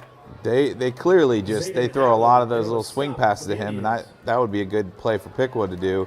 You know, that gets the ball in his hands on the outside, and Piqua's having a heck of a time tracking him down.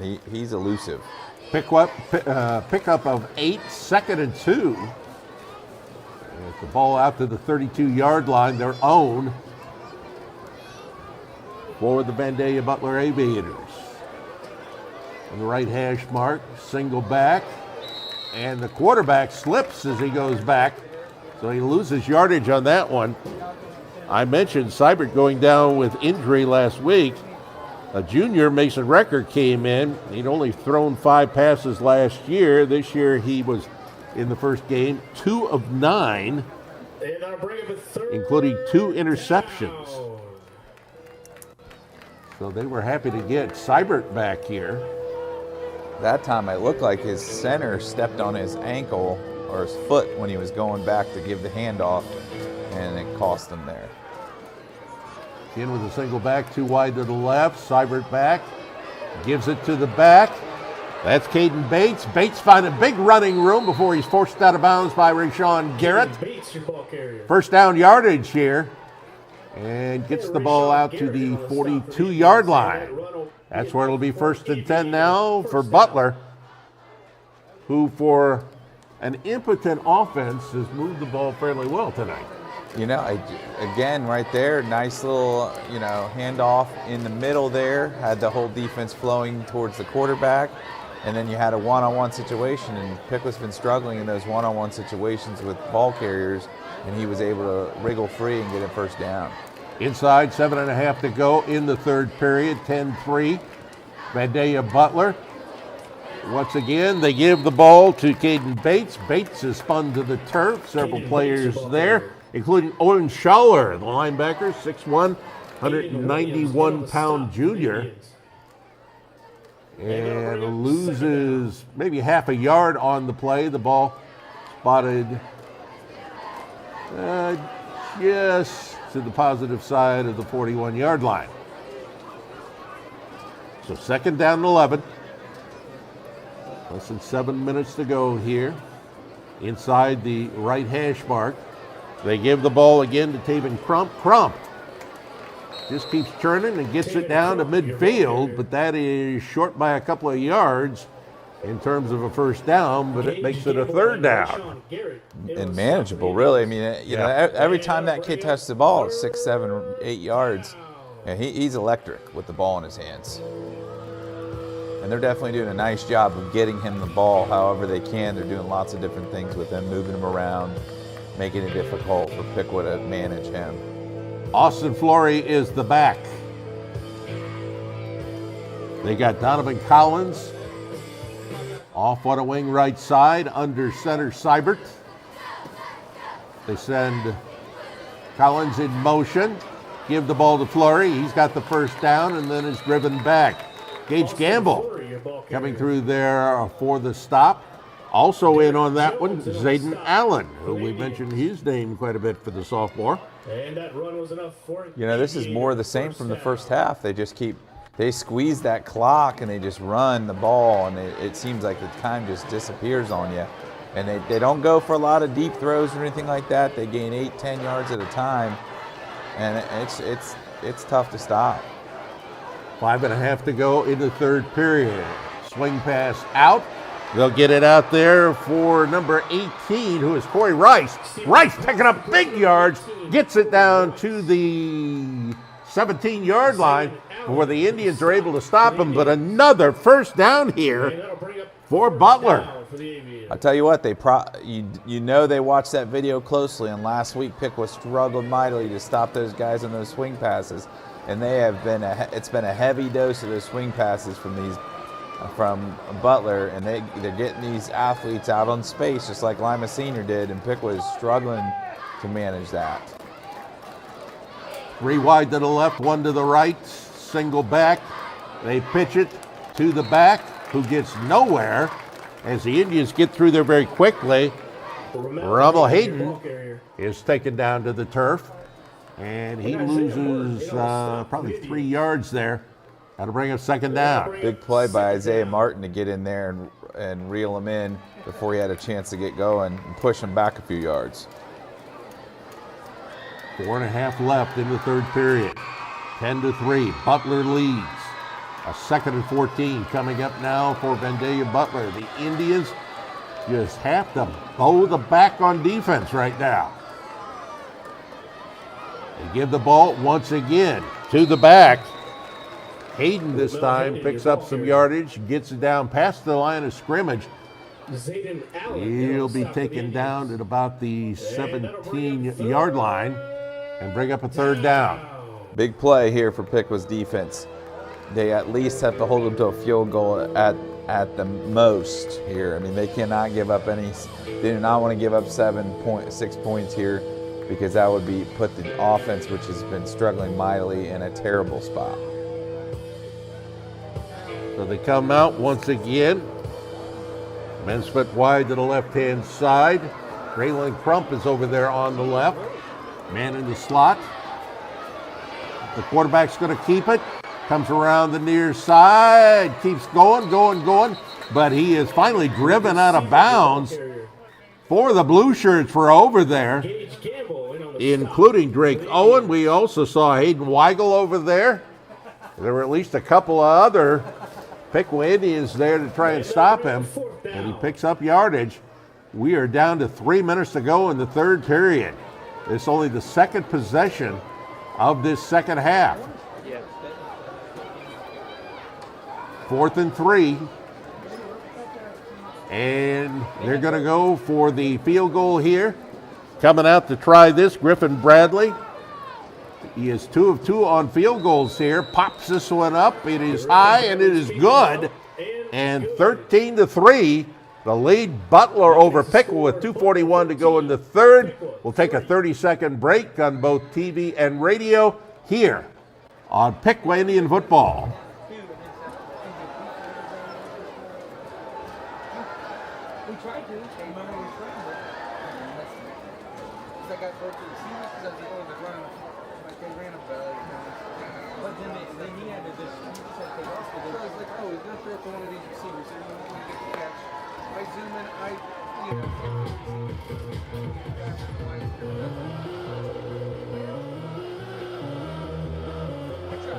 Jericho Burns and Rayshawn Garrett back deep for the Indians.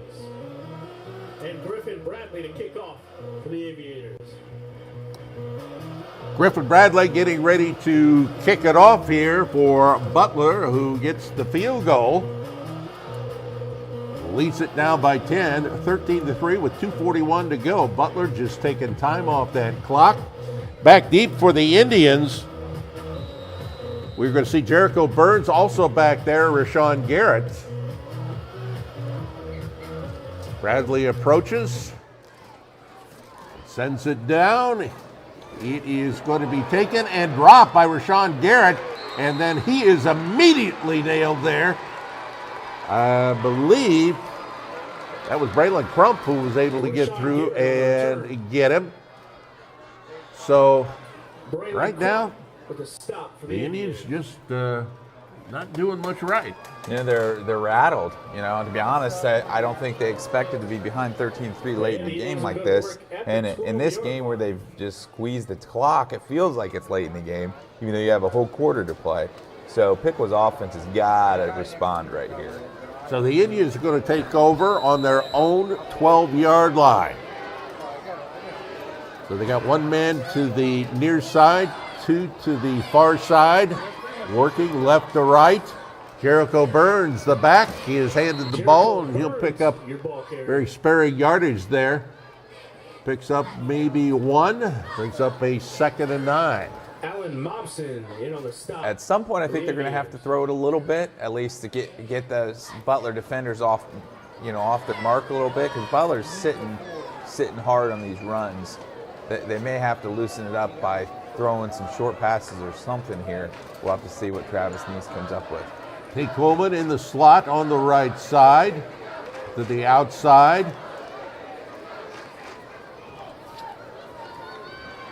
The Indians, well, they're going to keep it with the quarterback this time, and not much doing there. And the helmet comes off. So let's see. Stop for the Aviators. He's going to have to come out. Caden Thomas was spun to the ground. He comes out of the game, so I think you're going to see Kai Warner run quarterback on this possession, at least this next play.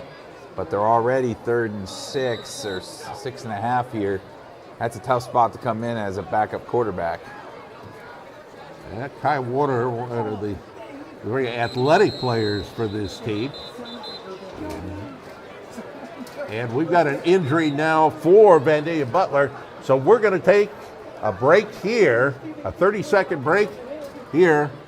1:34 to go in the third period. Butler leads at 13-3. This is Piqua Indian Football. There are Lemon Meringue is a floral boutique and plant shop located at 120 North Main Street in Piqua.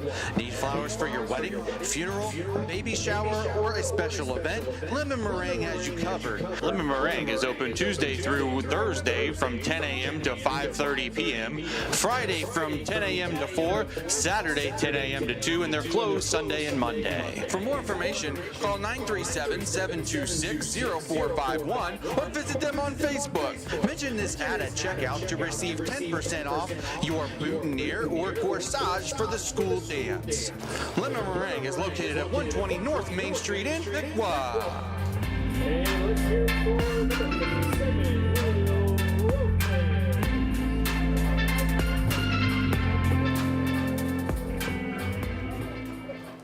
And we get back to action here after the injury timeout. Tom Michaels, Brian Gillespie, WPTW Radio Live, and Tate DeLay on the Indian Nation station.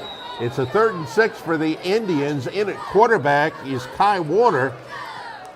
After the helmet comes off Caden Thomas, he has to come out for a play, looking to pass, and throws this one right into the ground at about the 20-yard line.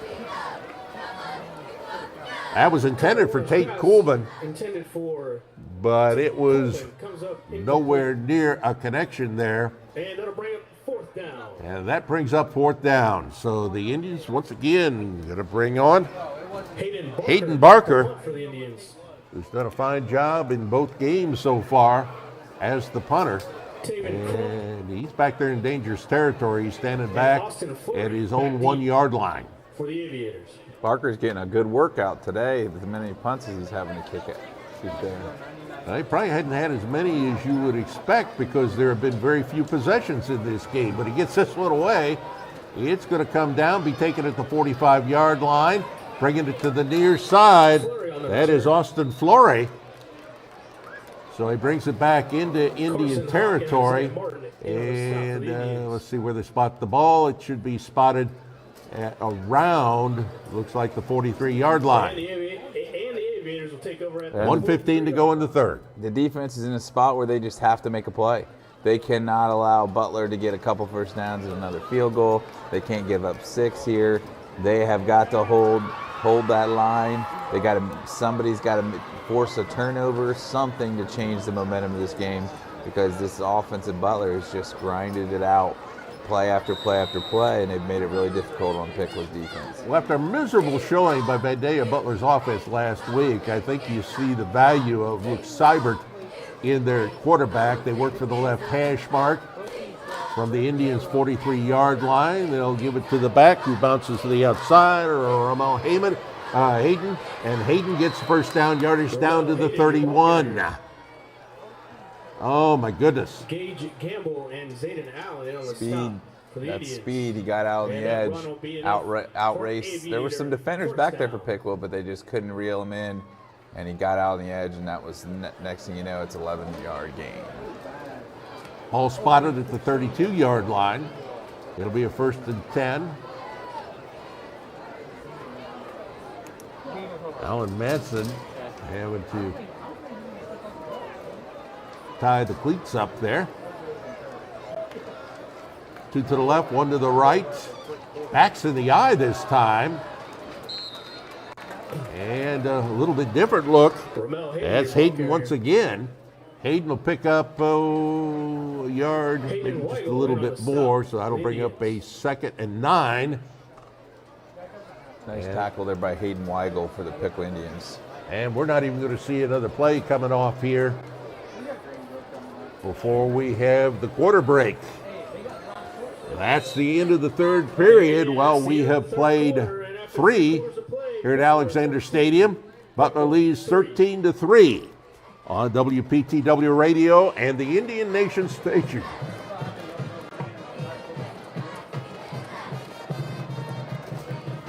Welcome to Morris Comfort Systems.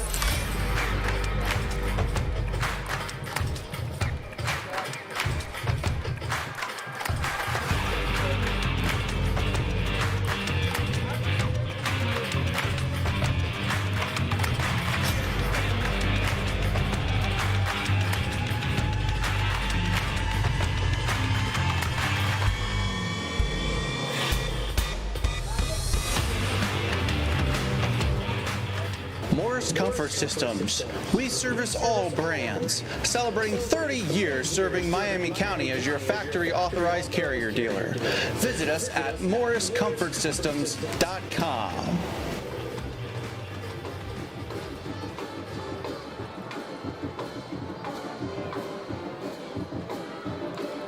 We come out to begin the final period of play. It's only a 10-point lead for Butler, but the Indians have not been able to do anything offensively, and defensively, they haven't been able to come up with this the big stop when they need to. Butler with the ball on a 2nd and 9 from the Indians' 32-yard line. They'll go to Caden Bates. Bates just burrows ahead and moves right ahead down to the 25-yard line, thereabouts. That'll bring up now a 3rd down. 3rd down and about 3.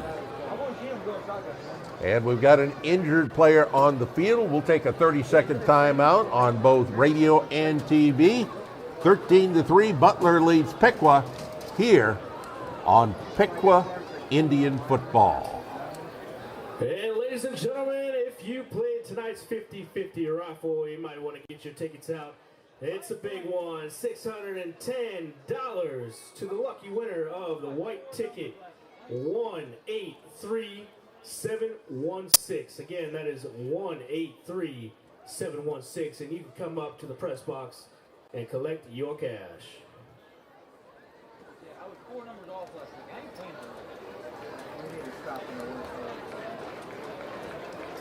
And let's hear it for Caden Bates.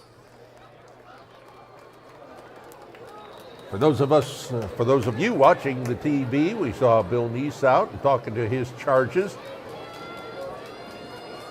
during the injury timeout. It'll be a 3rd down and 3 to go, just underway here in the 4th period. Indians trailing by 10. Mandela Butler with the ball. A big defensive stand here for the Indians. Mitchell in motion. And now we have the penalty flag. And ball encroachment defense. And it's called encroachment against the Piqua Indians. So that gives the 1st down to the Butler squad and moves the ball down to the 21-yard line. Absolutely crucial penalty. That hurts because that gives them a 1st down, keeps that clock rolling, keeps this game, and it's been a problem. Mitchell in motion from the wing position. They give the ball again to Hayden. Hayden dances his way ahead before he is stopped there. Several players in on the stop, including Owen Schaller, the linebacker. Pickup of 2, 2nd and 8. 2nd down. And you know they're doing it smart. Butler takes a lot of that play clock every single down, and they take their time making their calls. They're in no hurry. Why would they be up 10 with 10:40 to go? Working from the middle of the field. Seibert under center. Man on the wing right side. Give the ball to Hayden again. Romel Hayden, there's a fumble, and it is grabbed by the quarterback, Seibert. That ball was knocked away from the running back, but Seibert was right there to grab onto it. So a loss on the play brings up a 3rd down and long. Fortunate bounce there for Butler. That could, in a game changer, that could have easily been picked up and returned for a touchdown by Piqua. They just got a little bit of luck right there. So a 3rd down and 16. Ball at the 26-yard line.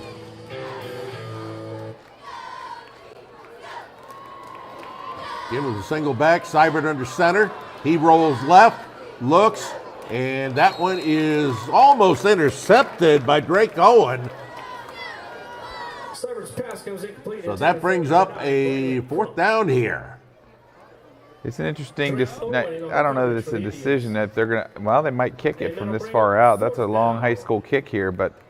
Yeah, they're bringing Bradley out. That's, but he's got the leg for it. I mean, he's been kicking it well through uprights on these shorter field goals, so I think he's got a shot at this one. Mason Reckner is the holder. He's the backup quarterback for Vandalia Butler. Griffin Bradley. And let's see what the whistle is.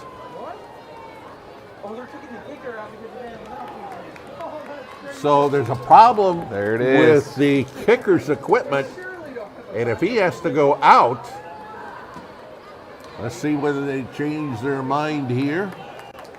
Now, if you call timeout here, does he get the? Last week they kept doing that with Lima Senior. They'd call a timeout, and then the guy that got pulled for the equipment issue, which is always mouthpiece, then they'd be able to play the next play if they called a timeout. So I wonder if that's what Butler's going to do here. Well, the ball, again, now at the 26-yard line, 9:37 to go. They were going to go for the field goal. And now let's see if they're going to take a penalty. The Indians are out there in their defensive positions. And now they're going to run a play. And it's going to be a delay of game, so that'll set it back 5 yards. Timeout, Butler, their first try. And Butler now calling timeout. So, partner, what's your call on that? If he calls a timeout, does that count for the play so they can still kick it? How does that exactly work, do you think? Did they get the timeout? They did just before. It looks like they gave him a timeout. All right. So, it remains a 4th and 16 then. On TV, looking at the Indians huddle, talking with Bill Neese. Last week, the Indians came away on the short end of a 36-31 score. They were right in it. They were able to score. I mean, you're going to win a lot of ball games by scoring 31 points. But as it turned out, you're probably not going to win a lot of ball games giving up 36. Here, they've only given up 13 points, but they've only been able to put the one field goal in there. So, coming out of the timeout, ball sitting there at the 26-yard line, 9:37 to go. Butler 13, Piqua 3. Butler with a 4th and 16. And so they're going to, looks like they're going to run the ball. Austin Flory is the back, Seibert the quarterback, 2 wide left. Here's Seibert looking, gets away from one man. Here's the ball is intercepted. And Drake Owen is the man who comes up with that interception down at the 3-yard line. You know, that honestly, he should, if he should have knocked it away. Yeah, I know that's instinct to just intercept that ball when you get a shot. But that worked out great for Butler because now they've got basically what was a punt to the 3-yard line, and now they've got Piqua pinned deep. Yep, they do indeed. Well, you got a lot of guys out there who haven't had a lot of playing time over the last year or so. Certainly not on the varsity. And it's like you say, just, you know, you got to have that instinct. The back is going to be Jericho Burns. He is back in the end zone. As the Indians give the ball, Caden Thomas. And it looks like he goes down. He loses a yard. He's going to go back to the 1-yard line. And on the stop for the Aviators. Well, he loses a little bit more than a yard. So he's right there. He's just shy of the 2. So coming out of the ball game, we got the H-back, Derek Jones, back in. You got Rashawn Garrett. 2 split left, 1 right. We've got the H-back in there. Plus here goes Jericho Burns, who's stacked up before you can get out to the 3-yard line. And that brings up 3rd down. You know, with the inability to throw the ball tonight, how do you get a 3rd and 10 here in your own end zone? I don't know that they trust the passing game enough to take that opportunity. So 3rd down, 3rd and 10. Ball on the Indians' own 2-yard line, 8:16 left to go in the game. Indians down 13-3. Caden Thomas, the quarterback. Jericho Burns. He's going to get the ball once again and get nowhere. He is wrapped up by Donovan Collins. And the Indians facing a 4th down here deep in their own territory. Old Hayden Barker, man, he keeps getting closer and closer to his end zone every kick. This time he's in there. He's going to have his back right up against that end line. Where's number 61? To punt for the Indians. He comes out here and, well, Butler's going to get the ball in good field position. Clock continues to roll inside. 7.5 minutes left in the game. A 10-point Butler lead. On 4th and 10. And now timeout is called. That hurts. You can't, down 10 this late in the game. That hurts to call a timeout there and burn one of your timeouts when you need to make a comeback. But they want to make sure. Well, we'll take a 30-second break here. 7:18 to go. Butler leads at 13-3. Timeout on a 4th and 10. Piqua kicking here on Piqua Indians football. Placed on your way out of the stadium tonight. Thank you for making Alexander Stadium so great.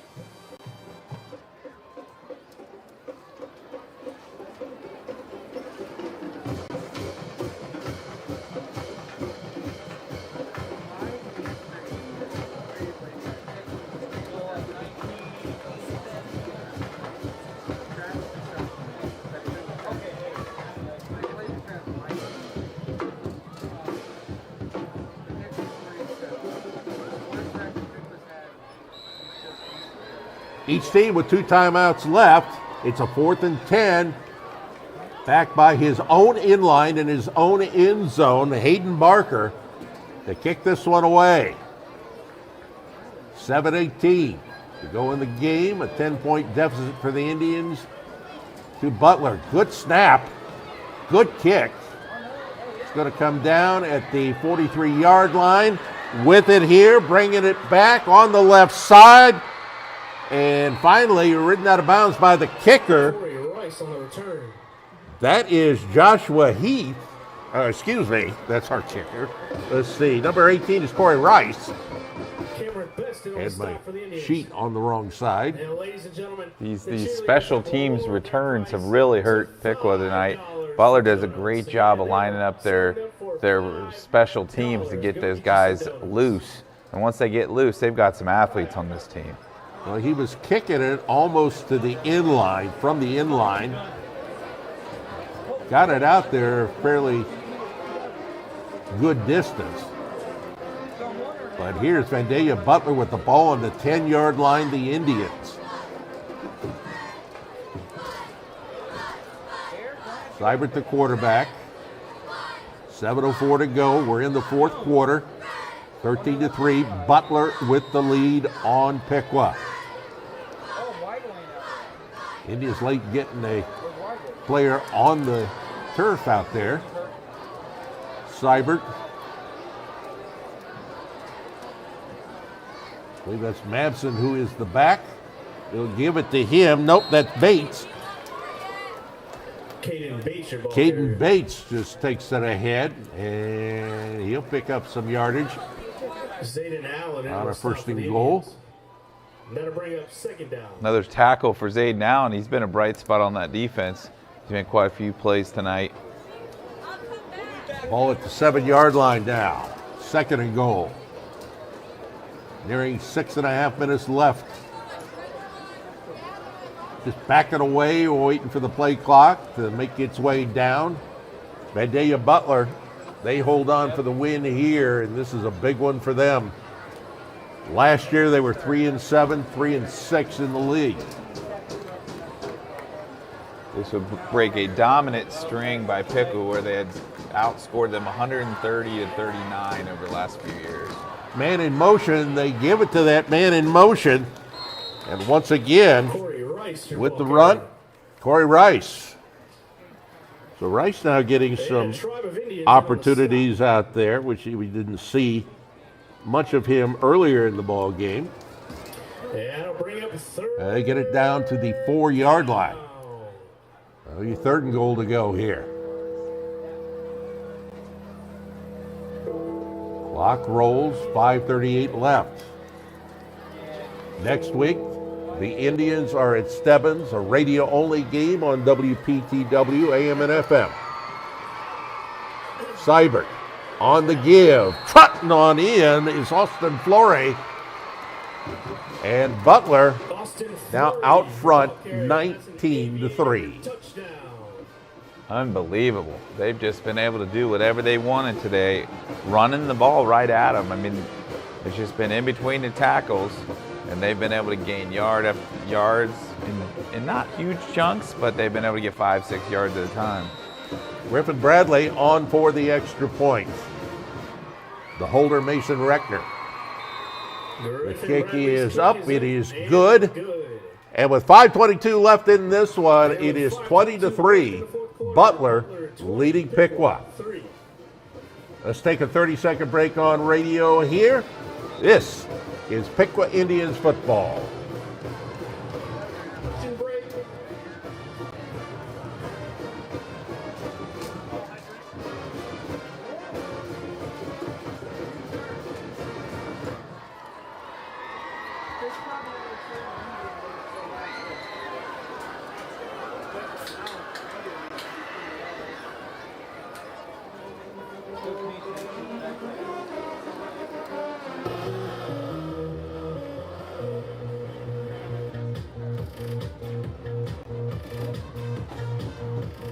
Well, my cheat sheet here, coming into this ball game, one of the things I wrote down was about Vandalia Butler struggles offensively since 2019, and last week just 87 yards total offense and 3 points. Well, tonight they have been the dominant team. 20 points doesn't always dominate you, but right now it is a 20-3 score. Butler leading Piqua, and just 5:22 left to go in this game. The Indians have not been able to get any kind of offensive mojo going in this one. No, they haven't been able to run it.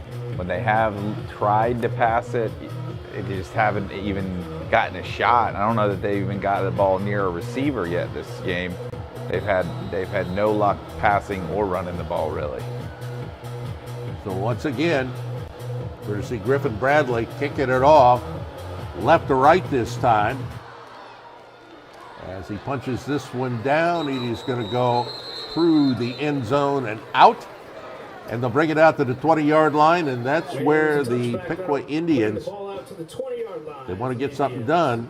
5:22 can be a lot of time, but not when you have been struggling as much as they have on offense tonight. Well, if you have a passing game, you got a shot. I don't know that just running the ball is going to be a whole lot of luck here, but you got to be able to get the ball into your receivers' hands and give them a chance to do something with it. They just haven't even had that tonight, not even a chance. Yeah, the Piqua Indians under Bill Nees, more than 30 years at the helm of the Piqua program. Caden Thomas is the quarterback.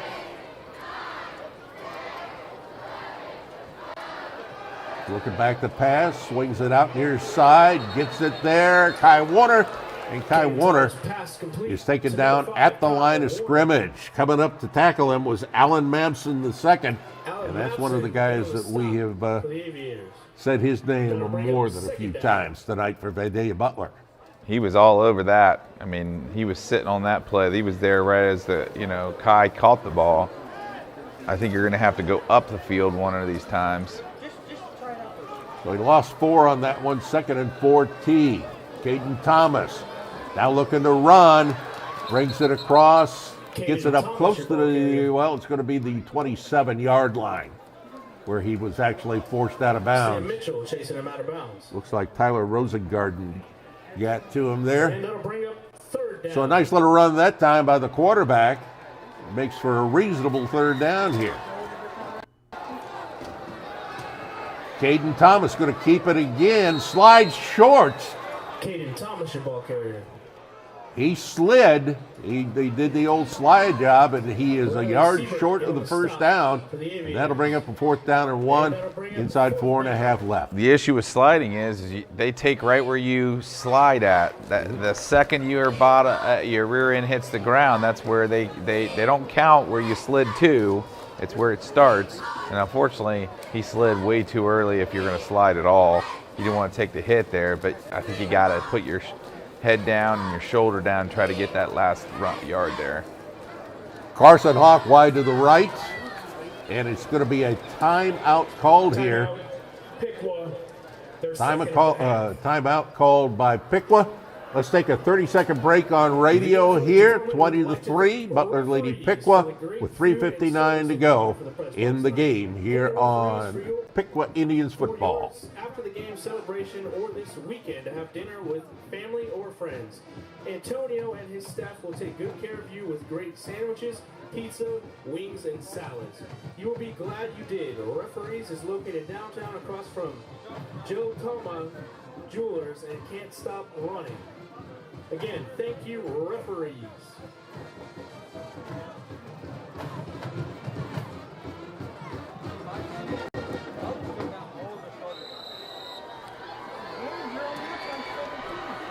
So, coming back in and going to punt the ball. Here once again is Hayden Barker. Barker with another nice punt. This is taken by Austin Flore. Flore finding big running room.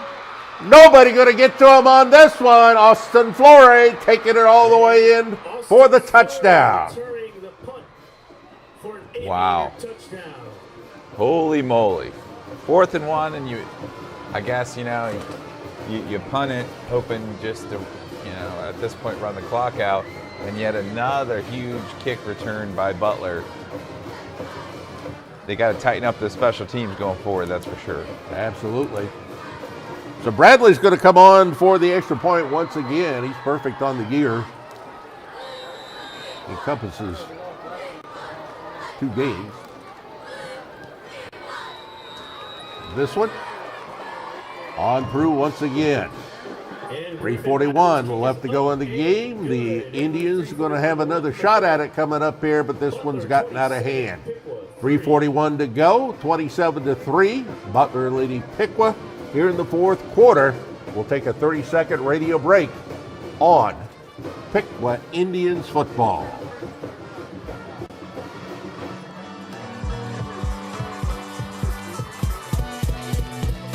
No matter if it was a long day at work, home, the practice field, or you're just celebrating a big win with your teammates, the Piqua Little Caesars has you covered.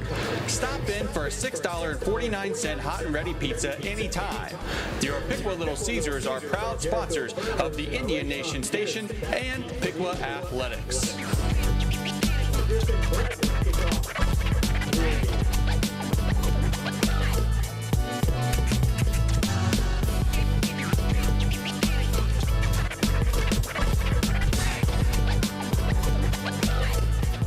Pizza, pizza.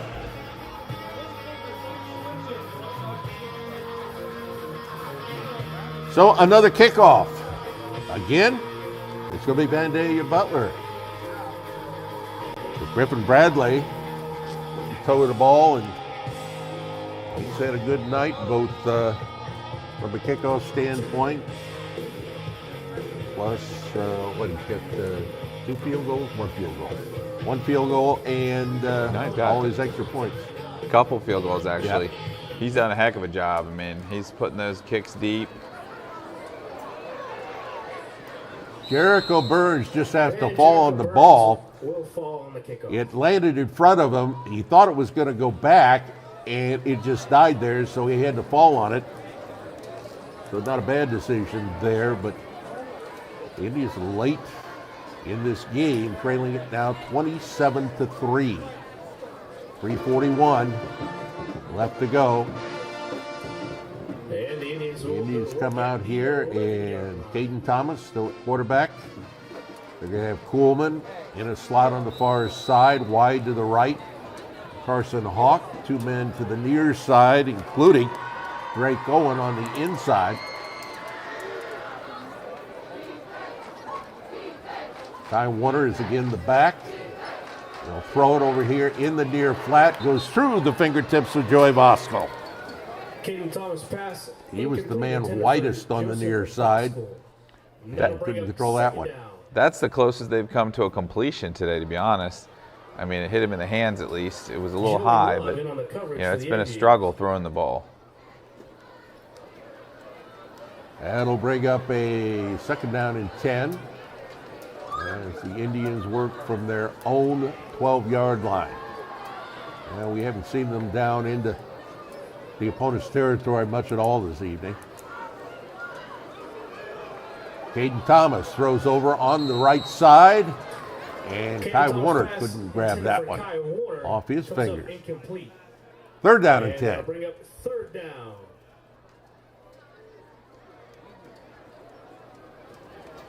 You know, 3:33 left, third and 10. I'm not so sure you don't run it here because, I mean, you didn't go for it on fourth down last time, so maybe take some time off the clock.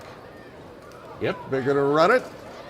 Kai Warner gets absolutely nowhere. Kai Warner, your ball carrier. Yeah, he'll pick up a couple of yards, but that brings up fourth down. They're coming back on.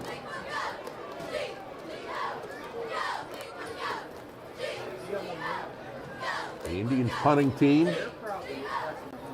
Not as deep into his own end this time. Maybe not having to depth. He's going to be on the green stuff this time, but not by much. Back around the 1 yard line. Hayden Barker.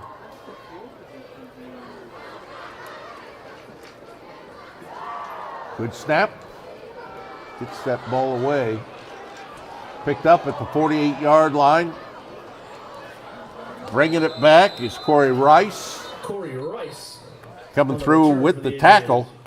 That is Gage Gamble.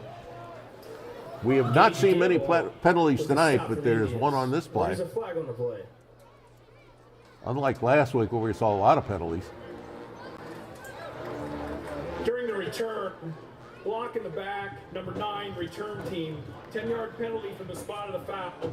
Okay, so a block in the back against Butler. So that's going to take it back a bit here.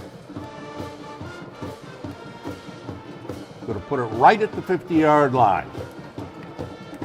2:35 to go, 27-3. Butler leading Piqua. Next week, the Indians going to be on the road at Stebbins. We'll have that game for you beginning at 6:45 on the AM and the FM, WPTW, 98.1 and 1570. From midfield, got a new quarterback in there is Reckner, and the ball carrier this time is also new. That's Israel Cunningham. Your ball carrier. The results are the same. Kai They got Warner 10 on the yards stop and for a the first down on. You know, they've been just eating them up in the inside there. Got it right down to the 40-yard line. Clock continues to roll. 27-3, and it feels like Butler dominated even more than that. Reckner in their quarterback.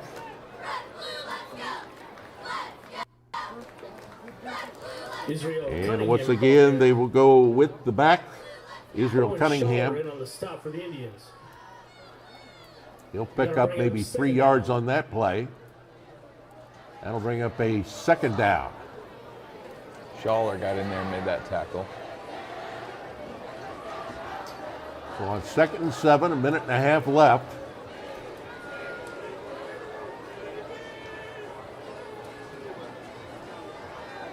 Two wide to the near side, one to the left. Back is going to take it again. Cunningham is taken to the turf. Actually, that was another player coming in there. Vanden Busvar. He's a sophomore. He gets it down to the 36-yard line. Another tackle by Zayden Allen. He's going to have a career high by a mile tonight. And you also had Aiden Williams in on that tackle for the Indians. So we look for this probably to be the last play. 45 seconds on the clock. Two split left. Man, each back. They'll again give it to the same back. It's Bob Sar. The carrier for the Aviators. He's taken down by Owen Schuller for the Indians. And that should do it. 18 seconds to go. 4th and 4 coming up here. We're just waiting for clock to run out. That's going to do it. Well, the guys in the white shirts with the purple and gold, they're the happy ones jumping over there to their sideline before they come out to the handshake line. And the final score, Butler 27, Piqua 3. And I'll tell you what, I am as surprised by this score as any I have seen for quite some time. Right, Leslie? Yeah, that's definitely did see this coming. I thought at best on the Butler side it would be a close game. I thought it would be a back and forth, low scoring game. I definitely didn't see Piqua being dominated on their own field tonight, and that's what happened. I mean, it was a total offensive and defensive domination by Butler, and give Coach Geth a whole lot of credit. They came out ready to play, and man, were they sharp tonight. Yep, they absolutely were. They were very happy, obviously, to get their number one quarterback back, Lou Seibert, who was very good. We are hopefully going to be able to get the post-game stats coming up here in just a couple of minutes. So, again, the final score, 27-3. Both on TV and radio. We are going to take a 2-minute break. A 2-minute break. Back right after this with our post-game comments here. 27-3, Butler over Piqua here on the Indian Nation Station and WPTW.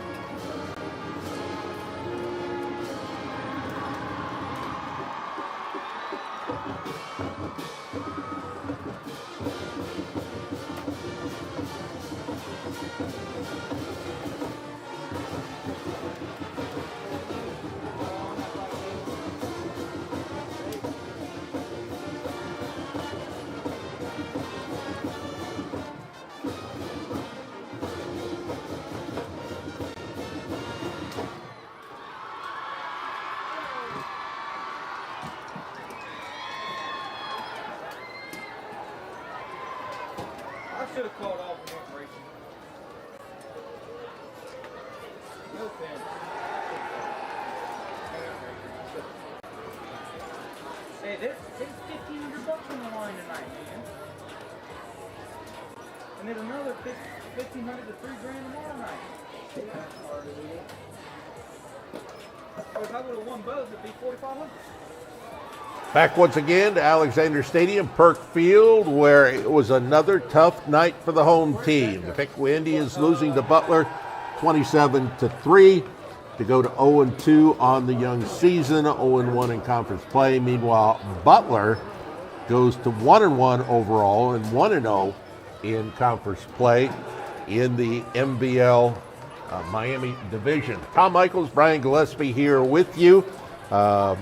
Hope you're enjoying tonight's simulcast on WPTW, AM and FM, and the Indian Nation station. Brian Gillespie, you've got some stats, and they pretty much bear out what we have seen tonight. Tell you what, it was not pretty on the stat line here tonight. 3 total points and 3 first downs for the Indians. I've not seen that since I've been around here before. 88 yards on 33 plays in the game. That is lean. They were 1 for 5 for 1 yard passing the ball. So, holy mackerel. You know, that is a rough night. Credit to Butler. Butler, really the game-changing plays in a lot of ways were punt returns. They had 5 punt returns for 139 yards and a touchdown. They also rushed the ball very effectively, 39 times for 126 yards, and held the ball for 33 minutes in this game. Wow. I'll tell you what, I look at it, and as far as those punt returns, Hayden Barker, I thought, did another nice job as the punter, but the coverage just broke down. Yeah, in some ways he might have outkicked his coverage a little bit, but they didn't adjust, and one's not a great if you give up a big kick return, but man, it was one after the other. Almost every punt return until the last one was returned for at least 20, 30 yards. You can't give up those types of chunks of yardage and put your defense behind the 8 ball and expect to win the game. So once again, the final score: Butler 27, Piqua 3. For the Piqua Indians, they go on the road for the first time next week. That'll be at Stebbins. That's a radio-only game on 98.1 FM and 1570 AM WPTW. Our next TV radio simulcast, that's in 2 weeks. The Indians are back home, and they'll be hosting TIP. So, for our entire crew here on the radio side, we got Clayton back at the station. Here we got AJ and crew, and we certainly appreciate you joining us as well. With a final score of 27-3, Butler over Piqua. For my broadcast partner, Brian Gillespie, my name is Tom Michaels. You have been watching and listening to Piqua Indians football here on WPTW and the Indian Nation station.